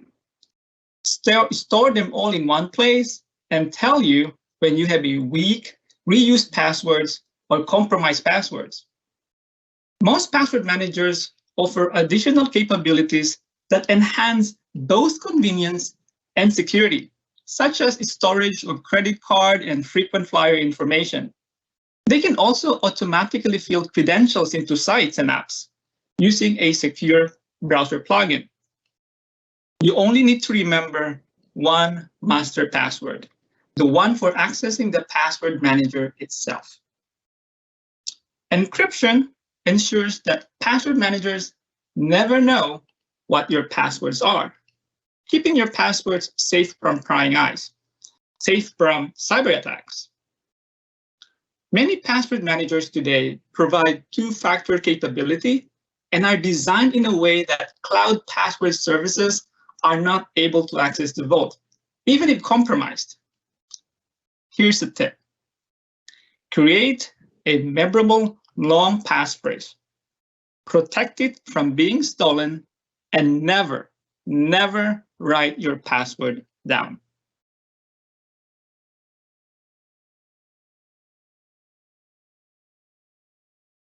As Justin mentioned earlier, CISA and the National Cybersecurity Alliance, NCA, have called it the Cybersecurity Awareness Month efforts for 20 years now.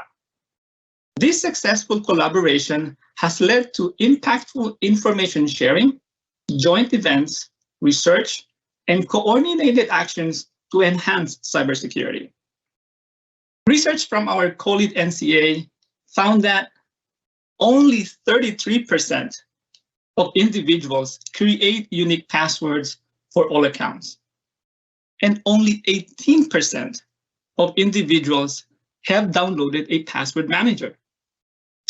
When individuals were asked, what is your preferred method of remembering multiple passwords? A whopping 37% reported that they wrote them down in a notebook. A password manager can be a trusted guardian for your online identity.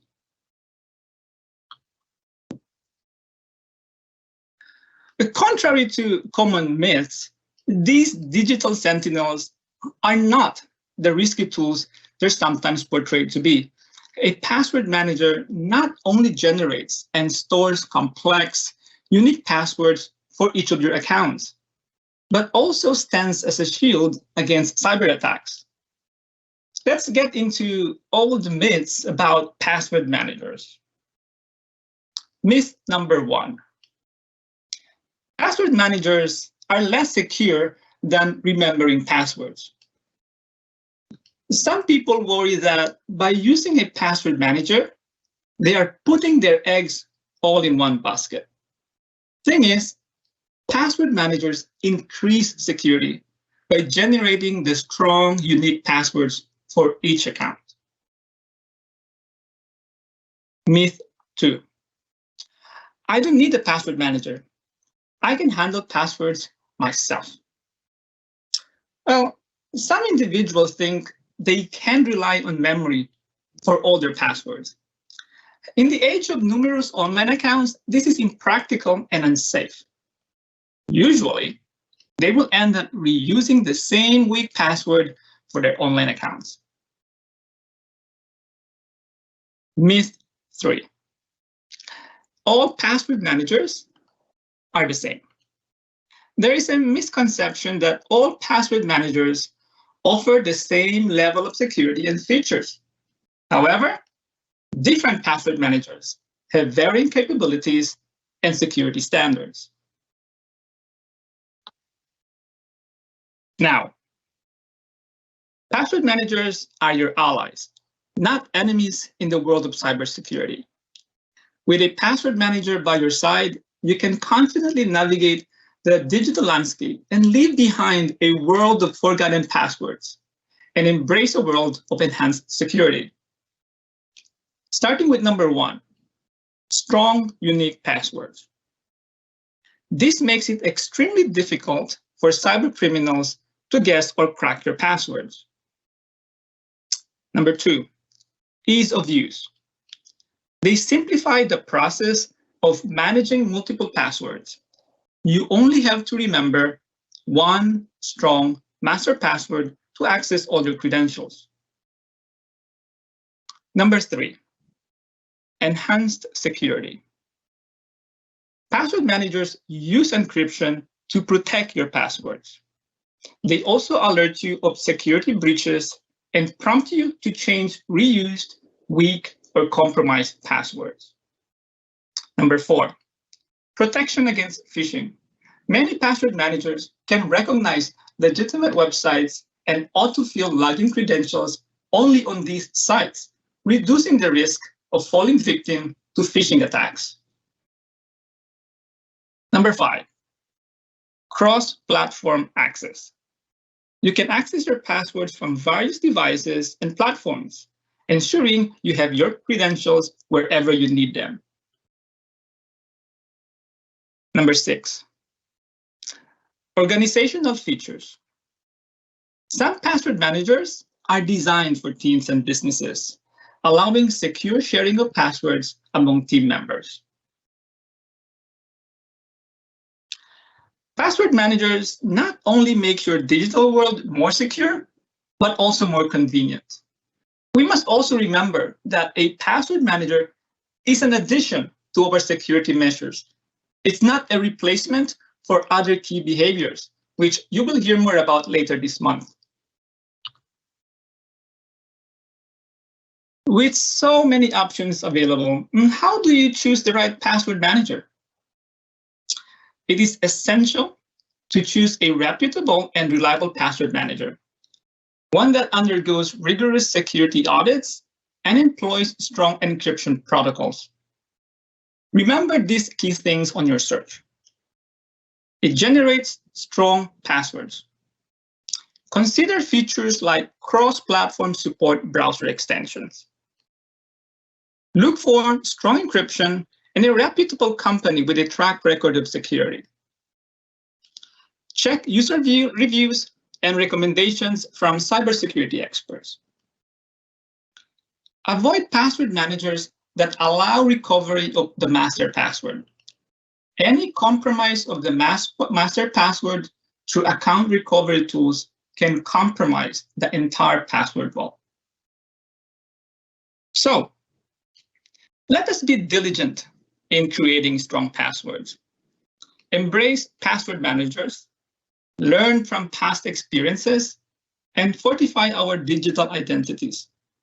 By doing so, we can navigate the cyber world with confidence and peace of mind. Those are my final thoughts, but I would be happy to answer any questions you all may have. Back to you now, Justin. Thank you.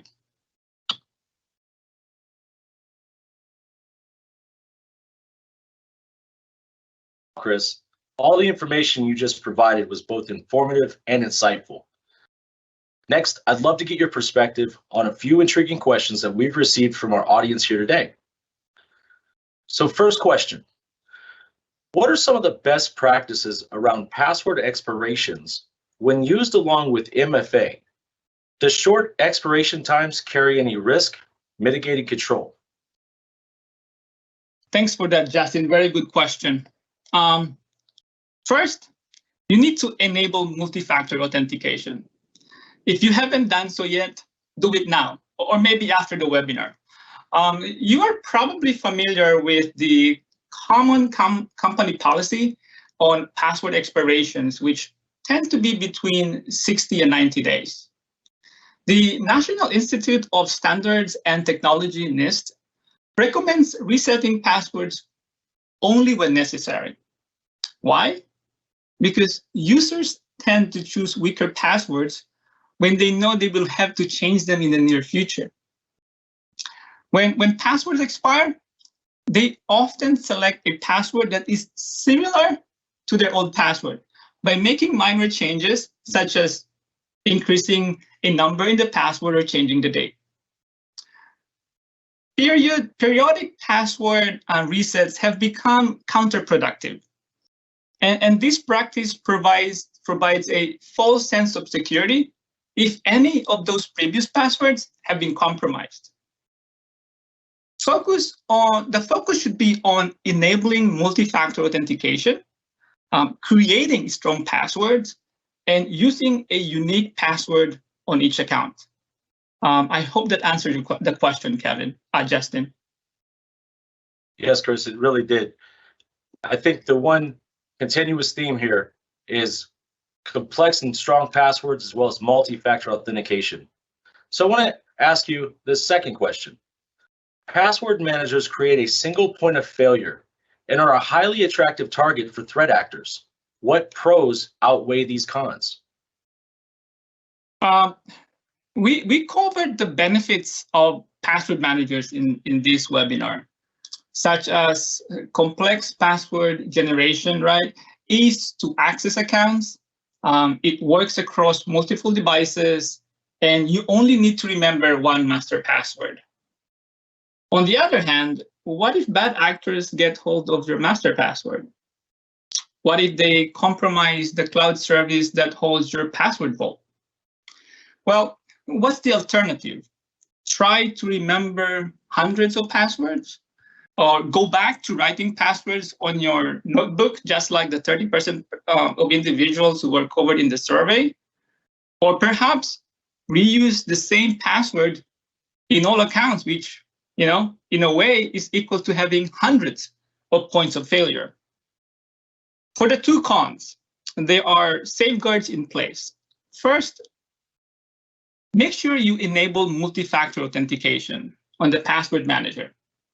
Secondly, a reliable and reputable password manager with strong encryption and security protocols employ zero-knowledge encryption that prevents them or anyone to know your stored password. CISA cannot and does not endorse or recommend a specific password manager solution. We recommend the capabilities that fit the functionality of most password managers. That's Justin. Thank you, Chris. And to further expand upon the last several years with respect to password and password managers, just a couple of years ago, we were recommending long 12+ character passphrases. What happened to that? Well, good point, Justin. And it gets longer and longer, isn't it? And gets more complex. So here's the scoop on that. When it comes to passwords, longer is stronger. It has to do with how long it takes to crack passwords. In some penetration tests, they claim that it takes just for 12-character password may take between 70,000 to 1 million years to crack, depending on the system. While 16-character passwords may take 100 trillion years. Okay, to help with coming up with long passwords, string a few words together, with numbers and symbols included. That will get you at least 16 characters long. Now, at that point, we recommend already using password managers because they can do that for you automatically. So let me say, Chris, we truly appreciate you taking the time to teach us all about creating strong passwords and using a password manager, and helping us understand how we can all take meaningful steps to secure our world. Now, we hope you've enjoyed today's session as we kick off the first ever Cybersecurity Awareness Month webinar series. I have a request of all of you on behalf of CISA. Please help us to secure our world and our critical infrastructure by joining the team in the effort to raise awareness and spread the word that cybersecurity is for everyone, and it's about all of the people. Now, we offer many tools and resources on our CISA.gov website for organizations and individuals to participate in Cybersecurity Awareness Month, to either create your own campaigns or simply share information with your friends and neighbors. We're asking everyone to join the online conversation about Cybersecurity Awareness Month via social media platforms using the hashtag #SecureOurWorld and Cybersecurity Awareness Month. Even better, join the global conversation by sharing Cybersecurity Awareness Month messages among your personal and professional networks. Now help spread the word in your communities by passing on cybersecurity tips to your family, your friends, your coworkers. Show them all how easy it is to improve their own cybersecurity and stay safe online. Now, your efforts will help strengthen the national cyber defenses and create a safer and more secure cyber ecosystem for everyone. Again, a big thank you goes to all of you for celebrating our 20th annual Cybersecurity Awareness Month here with CISA. Now, please join us for the next 3 in this webinar series, which will cover the importance of multi-factor authentication, how to recognize and report phishing, and the best practices for software updates. You could sign up for them through the Eventbrite, just like you did this webinar. And if you have any questions or would like to access our resources, please visit CISA.gov/Secure Our World and CISA.gov/Cybersecurity Awareness Month. Now let's all work together and secure our world.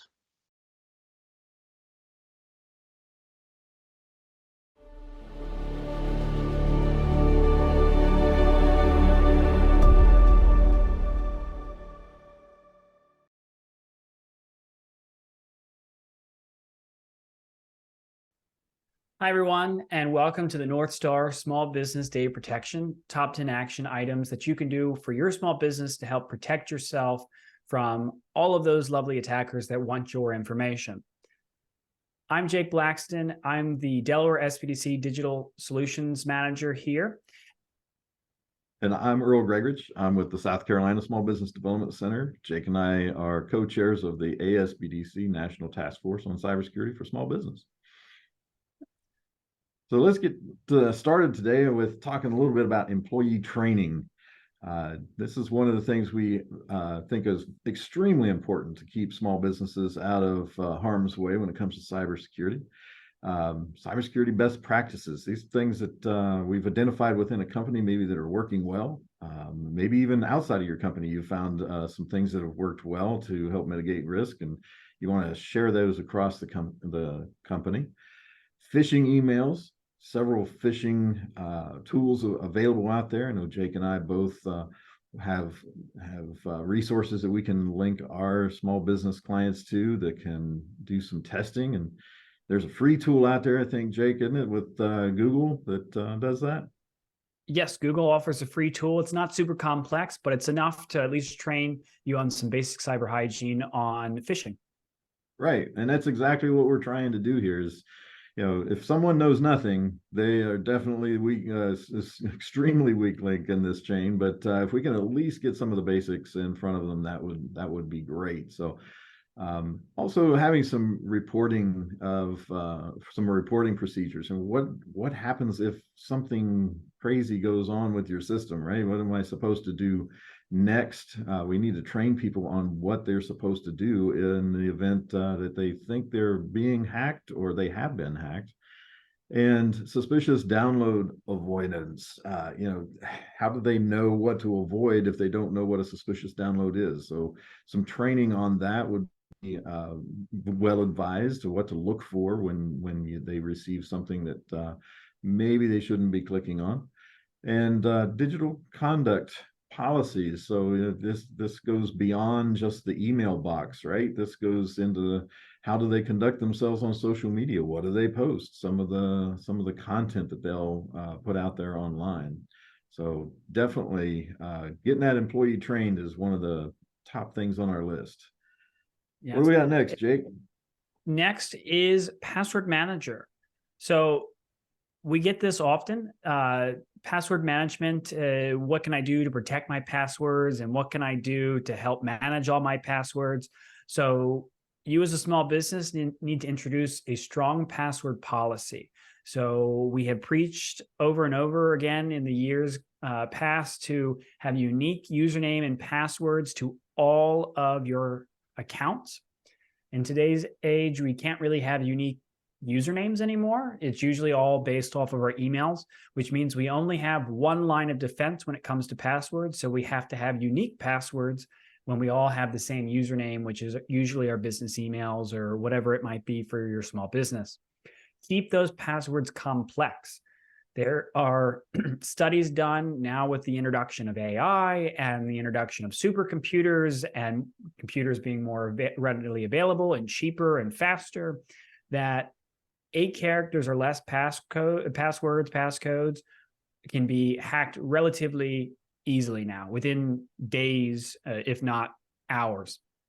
So we highly recommend long, complex, unique passwords, which then leads to the question. Go ahead, Earl. We would refer to them as passphrases these days, right? Passphrases, yes. Several words, right? Yes. And to help mitigate that, because passwords are and passphrases are long and complex and hard to remember, we would suggest that you introduce what we call a password manager. We get a lot of questions on what password managers are and which ones should be used. They're all relatively secure, but we do ask you do your own resource or your own vetting and find which one is best for you. We here at the North Star have quite a few different recommendations we can give you on different variation tools, but it all comes down to which one you feel is best for you. And password managers are a software that is for you to be used to store all of your unique passwords, making it easy for you to log in. So if those of you that use Google Chrome or Firefox or maybe Safari, if you're on Macs, it's that pop-up that says, do you want to save your password, or it auto logs you in.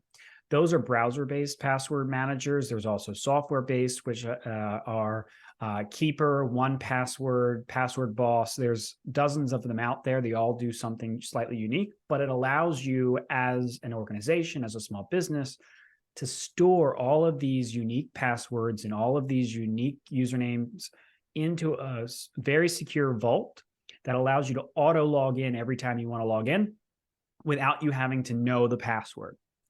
And then one step further is multi-factor authentication, also referred to as two-factor authentication. It's that annoying code that you have to enter when you enter in a password on your banking site or something, when you get that 6 to 8 digit code that most people find annoying that they have to do that extra step. But trust me, that extra step is very valuable, because even if they were to guess your password, you still have a method that has to be authenticated. So that way, even if they got it, they would have to have that email code that was sent to you, that text message, or how I prefer people use is that authenticator app, like Google Authenticator, Microsoft Authenticator. A lot of different softwares and different companies have different variations, but it's that repetitive code that reiterates every 30 seconds. That's that two-factor as well. Just also keep in mind that human error counts for about 95% of all data breaches, meaning the human or your employee or yourself did something to initiate the problem. So systems are inherently secure until you introduce that human element. Yeah, but that brings up our next topic.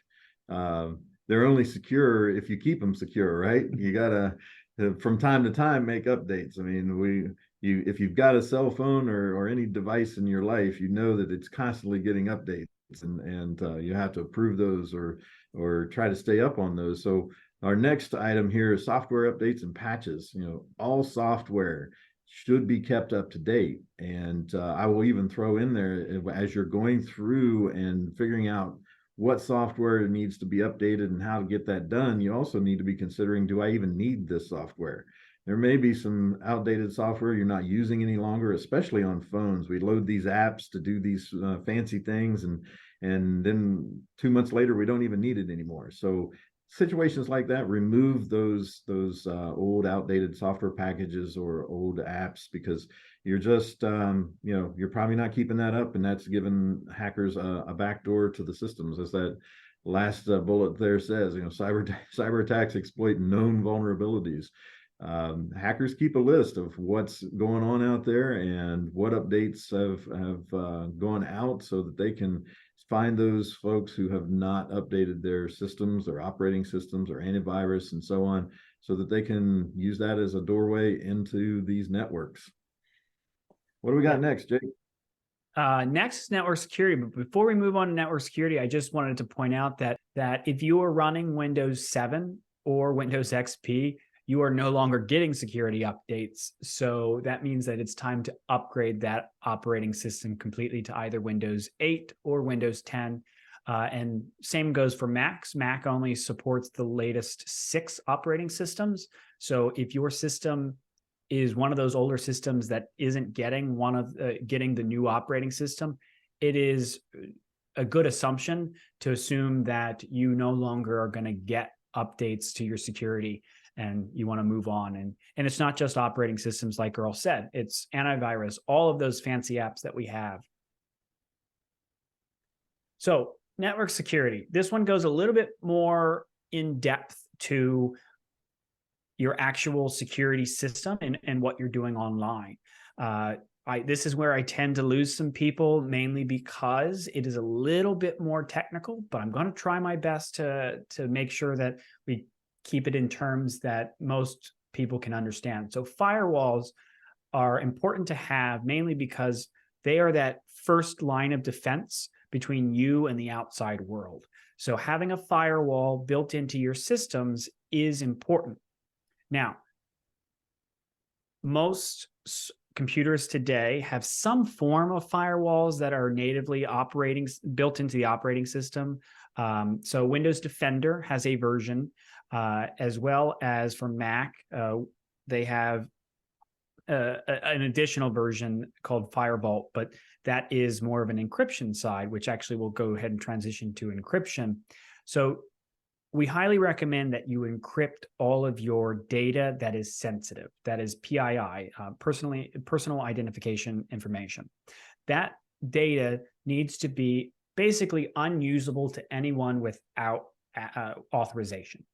So to do that, we do what we call is encrypting, which is basically jumbling up all of the data so that only you with the correct password can unjumble the data.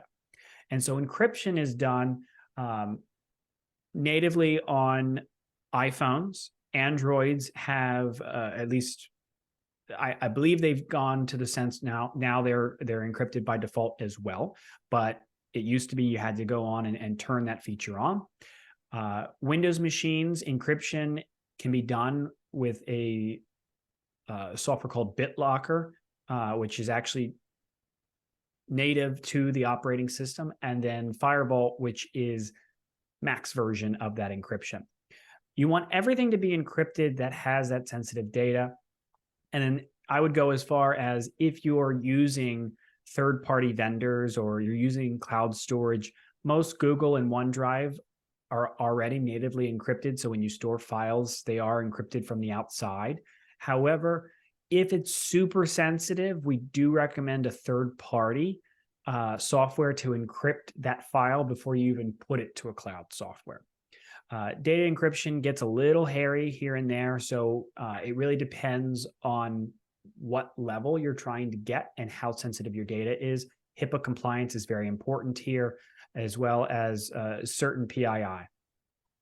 Factory settings, we want to make sure that you are changing any factory settings on your modems, your routers, your printers, anything like that that record somewhat sensitive data. So on your modems and routers that you get from Comcast, Verizon, or whoever your internet provider might be, they have a native admin username and password to get into the internals of the system. You as a business owner probably have never been on them. It's probably the case mainly because you never need to. Most, especially Comcast, allows you to do a lot of it from online, but that admin setting still puts that username and password out there to everyone.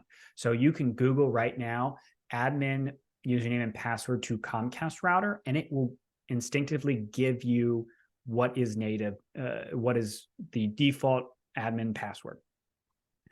So what we recommend is you change that password. It's as easy as just logging in and hit changing password. Also, phones, any device that can be factory reset when you're turning things in is also important. So if you're going to upgrade a phone or upgrade a tablet or computer, it's important that you factory reset your devices before you turn them in. And then monitoring network traffic. Most softwares out there now, Comcast does this, I know Verizon does this for business, that today you can actually see a report of who's on your network at any given time and what they're doing. Not necessarily like what websites they're viewing, but a topic or a range of what is happening. Or is it shopping? Is it entertainment? Or whatever it might be. And you can actually block and or submit or let through certain traffic depending on what's happening. So we highly recommend that you segregate your network so that way you have a monitor that sits there and looks at, okay, this person's shopping, should they be shopping on our business network? I can block that as easy as just going into my Comcast router on my business portal and saying, block business shopping, and so on and so forth. So network traffic, I'm not saying you need to be a network security engineer. None of us will be, but we do recommend that you at least monitor what's happening. Because if you have a lot of network traffic coming from a country that is not somewhere you do business, it's highly likely that there is a sign of compromise, and you want to shut that down by either blocking it and then analyzing what's happening with that. So that's our most technical slide, I promise. Yep, probably so. Of course, it's easy to detect if, do I have an employee from a foreign land logging in at 3 a.m? That's probably pretty easy to pick up on, right? Yes. All right, so backups is our next one. We're about halfway through, so let's talk about backups. Backups is something that can help actually not only mitigate the risk, but also speed up the recovery should you end up getting hacked. We have a simple method here that we share with everybody. It's a 3-2-1 method. Basically, you should have 3 copies of your backup, 2 that you have that are off the system, 1 that's on the system, 2 different media, meaning you might have 1 on a external drive and 1 in the cloud, or just make sure they're 2 different types of backup medium. And then the number 1 of the 3-2-1 is having 1 of those backups off-site. As we've said, we hope nothing bad happens, but if the earth should shake or the tornado come through or the fire burn, you don't want all of your backups to be in the same building as your servers or your computers. So keeping 1 off-site is a good idea. And I know some of my clients keep them in bank safe deposit boxes. That's a pretty safe bet there. And so definitely want to do the backups. So Jake, how about access control? Yes, access control. But I also want to stress we have test backups regularly. Please do that. I had a client once who thought they were backing up for years and then actually needed to use the backup and realized that there was a corrupt file that was never allowing them to fully back up correctly. And so they never could back up because they never had an actual useful backup. So please test your backups, make sure you can see them, see your files, all that on a regular basis. So access control. This is a really fancy term to just basically know who has access to your data, whether that be physical or digital. 1, limit access to sensitive data systems, meaning lock the doors to any sensitive file room and only give access to people who actually need it. So physical keys, but the same sense, do that digitally. So if you have a Google Drive account or a Microsoft OneDrive account within your business organization, you can actually lock folders so that way only certain people with certain usernames can have access to those folders. So limit access to that sensitive data to the people and the systems who need it. And then second would be grant access based on employee roles. So I know that it's, especially when if you're a small business and you're setting these things up on by yourself, it's just, you start a Google Drive account and you just give all the employees their own account, their own email addresses, and then just go. Here's the main directory, and here's where we're putting all these different files here, there, and everywhere. We want to make sure that only certain users have access to certain data. So people from HR should have access to certain HR records, but people like consultants, like our normal employees, shouldn't have access to everyone else's employee records. So making sure that you designate, okay, this person has access to this person has access to that, and you get notified if someone tries to access something they're not supposed to. And then promptly remove access from those no longer needing it. So this actually makes it helpful for removing employees when they have gone on to other jobs, or they've chosen to do a different career or whatever it might be. You can go in there, and delete their email address from having access from certain files. So you know that even if they somehow were to log back in with their old email address before you were able to delete that email address, you at least removed them from accessing certain files. This actually kind of ties into password managers as well. One of the key things for password managers is that you can actually share passwords securely. So if you are a owner of the small business and you only have one password for, let's say, your MailChimp account because you went with the free version or the cheaper version, it only gives you one username and password, but you have two people who need access to it. You can, in your password manager, allow those two people to share that same password within your password manager. They won't see the username, they won't see the password, they'll just be able to be prompted to auto log in. And when they do that, you control when and where they do that.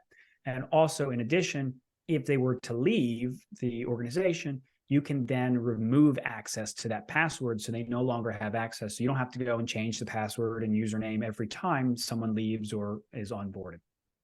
So with that, we're going to kind of roll into some added security software.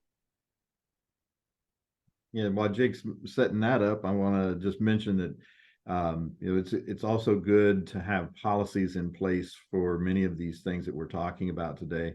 If you have a written policy and you have a roadmap, so to speak, you'll automatically account for those situations where you have to go in and remove passwords for people who have now gone through, say, an exit interview. So just having good policies is a really good way to make sure that all of these tips we're giving you today remain in place. Awesome. And so how do we know how to be secure, and is there a software to help us do that? There is an answer to that, and it's yes. So antivirus, anti-malware, anti-spyware, however you want to name it. Actually, now they're going by, you don't actually see many call themselves antivirus. It's now total protection or identity protection now. You don't see much of just the regular antivirus like we did all those years ago when that's all we kind of cared about. So security softwares exist like McAfee, Norton, Trend Micro, all of these big guys who are designed to help protect your business and your personal identifiable information.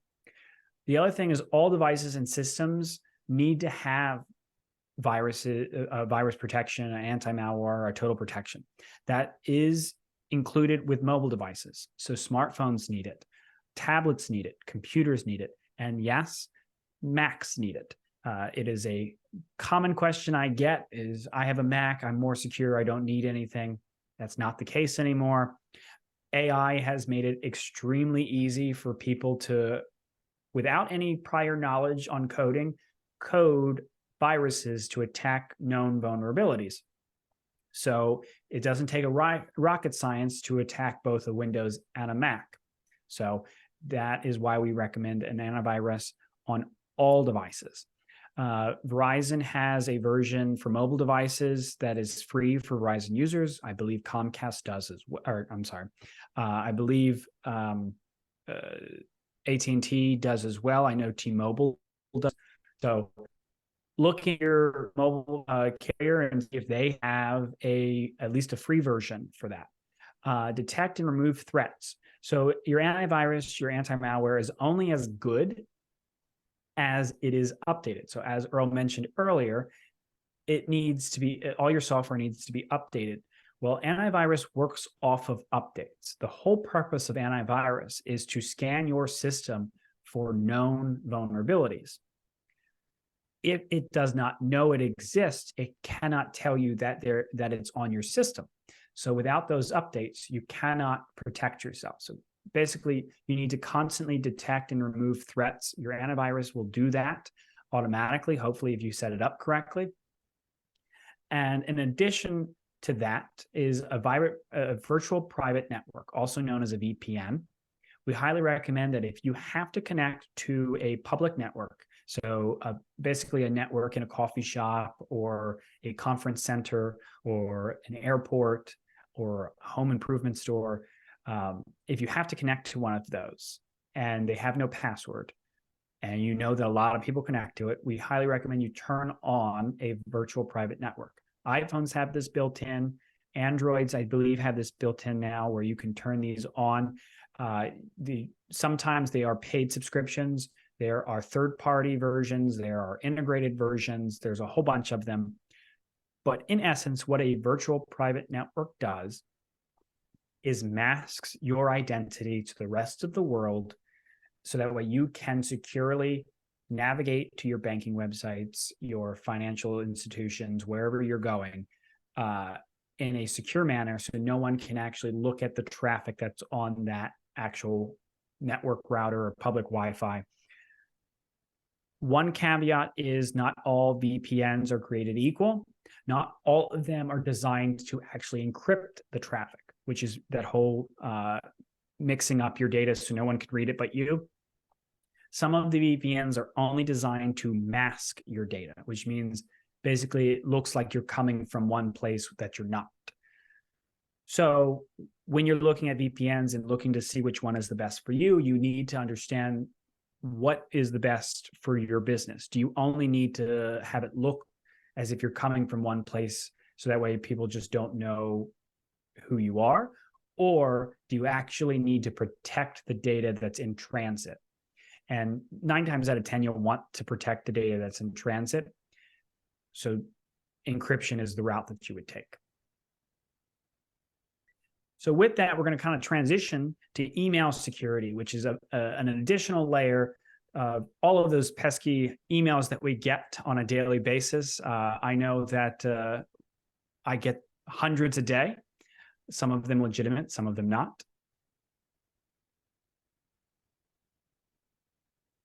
Definitely. Lots of email coming at us, and it's difficult sometimes to pick out the ones that we should not be interacting with. The hackers have gotten a lot better at wording these things, and some of the warning signs that we've been teaching people over the years to take into account are no longer used quite as often. So one of the things we have is email filtering and scanning. So there are software settings that you can do to filter out emails that you don't want coming from certain sources. We can pre-scan emails in many cases and kind of head those off before they reach the inbox, so to speak. So I know a lot of organizations have the ability to quarantine emails as they're coming in and try to prevent it even getting in front of the human so that we don't end up with a problem. Blocking that leads into blocking the phishing and malicious attachments as well. If we know of a particular phishing attack that's been formatted in a particular way, or maybe is using a particular vendor, so to speak. I know I've had many high-profile logos used in phishing attacks, and if we know that that's going around, we can filter those out and hopefully get rid of some of these attachments that might be contained within.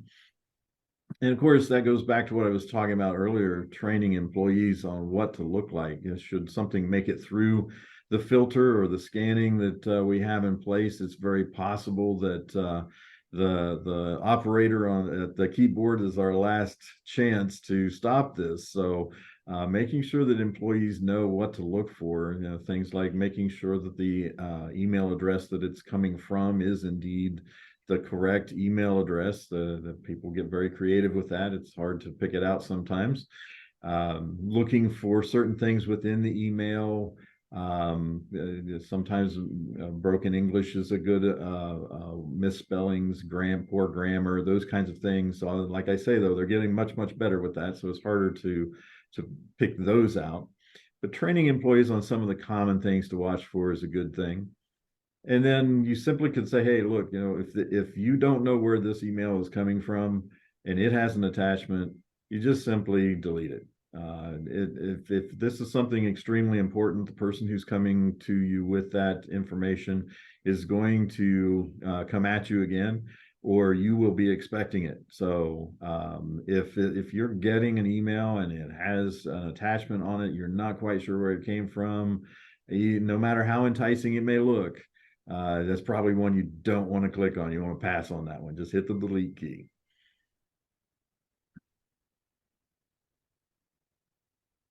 So going into incident response.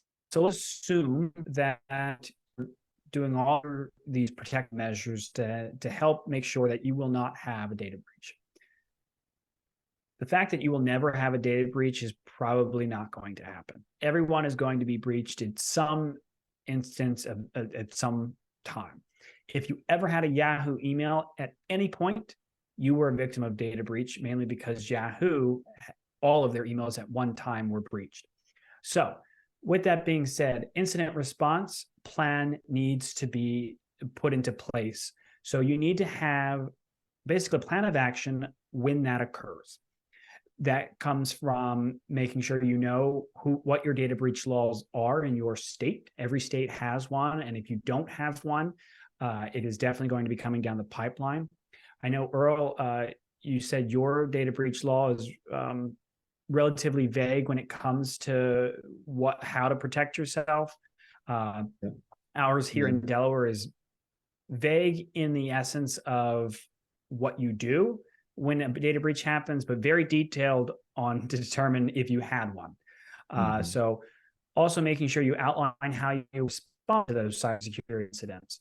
So making sure that you have plan of action on, you're going to report to the FBI if you need to, you're going to report to your state, you're going to have a digital forensics investigator come in and investigate, you're going to have a legal team look at anything that requires any type of legal action. If you have a PR team, or at least if it was known data breach and you have to report out to your customers their data had been breached, you're going to need something to kind of build confidence in your customer base again, that even though you were breached, it doesn't mean that you are bad at what you do. It just means that an attacker was able to get your information and you're doing everything you can to protect it. So include steps for containment, investigation, and recovery. It needs to be clear, so that way, just like your response plan for natural disaster might be, the same thing for cyber. Yep. And a lot of those steps there might actually require you to search outside of your company for some of that expertise. You're not always going to have some of those skill sets within your company. So that leads us to a discussion about vendors and how they come into play. So vendors, these folks who you're doing business with and who are doing business with you, they can actually be a gateway for attacks, right? And as the slide says there, cybersecurity is a team sport, but it's not a game. So you gotta figure out who's on the team and who's not on the team, who's on the adversary's team, and try to keep that all straight. So make sure that when you're working with outside vendors, these could be folks that are providing you your raw materials. It could be people that you're subcontracting with. They come in all shapes and sizes. You want to make sure you're evaluating those folks, making sure that their security measures are up to speed and at least meet your requirements, and just make sure that you're checking them out as well. If they're not meeting your requirements, you're going to have to spell out to them what those requirements are, and that may get into going back to what I said earlier. There may be some policies that you'll share with them, and also some expectations, and some of the software updates that you do, you might let them know, hey, it's you're using the same software I am. Pass that along to them as well. So just making sure that you're in full communication with the folks that you're doing business with is also a good practice to help mitigate the risks out there. So with that, I want to thank you all for joining us. That's our 10 tips.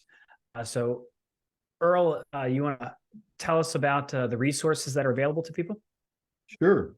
If you want to learn a little bit more about some of the things we've talked to you about today and actually download some one-page documents that you might use within your companies, we have documents that you can download right off of our website there. You see americassbdc.org/cybersecurity.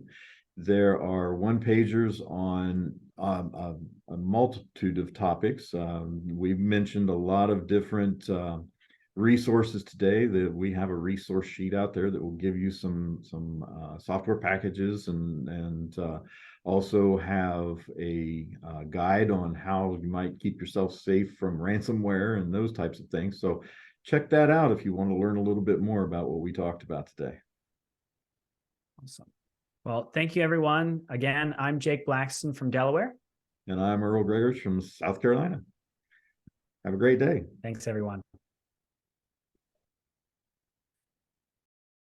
SBA Cyber Summit attendees, my name is Jack Bianco, and we want to thank you all for your active participation and engagement throughout our session. As we bring today's program to a close, I'd like to leave you with a few key takeaways and reminders to help you protect your businesses from cyber threats. First, stay informed. Cyber threats are ever evolving, so it's essential to stay informed about the latest trends and tactics. Regularly update your knowledge and encourage your team to do the same. Second, employee training. Your employees are your first line of defense. Invest in their cybersecurity training to ensure they can recognize and respond to potential threats effectively. Third, strong passwords. Use strong, unique passwords for all of your accounts and encourage your employees to do the same. Implement multi-factor authentication wherever possible. Fourth, regular backups. Regularly backing up your critical data to a secure location. In case of a cyber incident, having backups can save your business. Fifth, patch and update. Keep your software, operating systems, and antivirus programs up to date. Cyber criminals often target vulnerabilities in outdated software. Sixth, incident response planning. Develop a comprehensive incident response plan. Know what to do in case of a breach to minimize damage and downtime. Vendor security. Assess the security practices of your third-party vendors and partners. They can be a potential weak link in your cybersecurity chain. Eighth, continuous assessment. Cybersecurity is not a one-time effort. Regularly assess your systems and policies to adapt to changing threats. Ninth, secure Wi-Fi passwords and networks. Ensure that your Wi-Fi networks are secure and hidden and use encryption and strong passwords. 10th, cyber insurance. Consider investing in cyber insurance to provide an added layer of protection in the event of a data breach. Remember that cybersecurity is an ongoing process, not a one-time solution. By implementing these practices and staying vigilant, you can significantly reduce the risk of falling victim to cyber threats. We encourage you to share what you've learned with your colleagues and make cybersecurity a top priority in your business. So, as we wrap up this second week of the SBA Cyber Summit, I want to extend our heartfelt thanks to each and every one of you. Your dedication to enhancing your understanding of cybersecurity and your commitment to safeguarding your business is truly inspiring. Throughout today's sessions, we've had the privilege of hearing from remarkable experts and speakers who have shared invaluable insights and practical tips on how to bolster your cybersecurity defenses. I have hoped that you found that your sessions have been informative, engaging, and above all, empowering. But we're not done yet. Next week marks the final session of this summit, and we have an exciting lineup of sessions and discussions that you won't want to miss. We'll be delivering even deeper content into practical strategies and real-world case studies that can make a significant difference for your small business. So I encourage you to log in. Join us next week for the third segment of our Cyber Summit. Together, we can continue to learn, share, and grow in our collective effort to fortify the digital security of our small businesses across the board. Thank you for your participation and your dedication and your enthusiasm. Let's make the third session even more insightful and rewarding. See you all next week for another day of cybersecurity knowledge sharing, empowerment, and learning how to defend our businesses against cyber threats. Thank you again, and see you next week.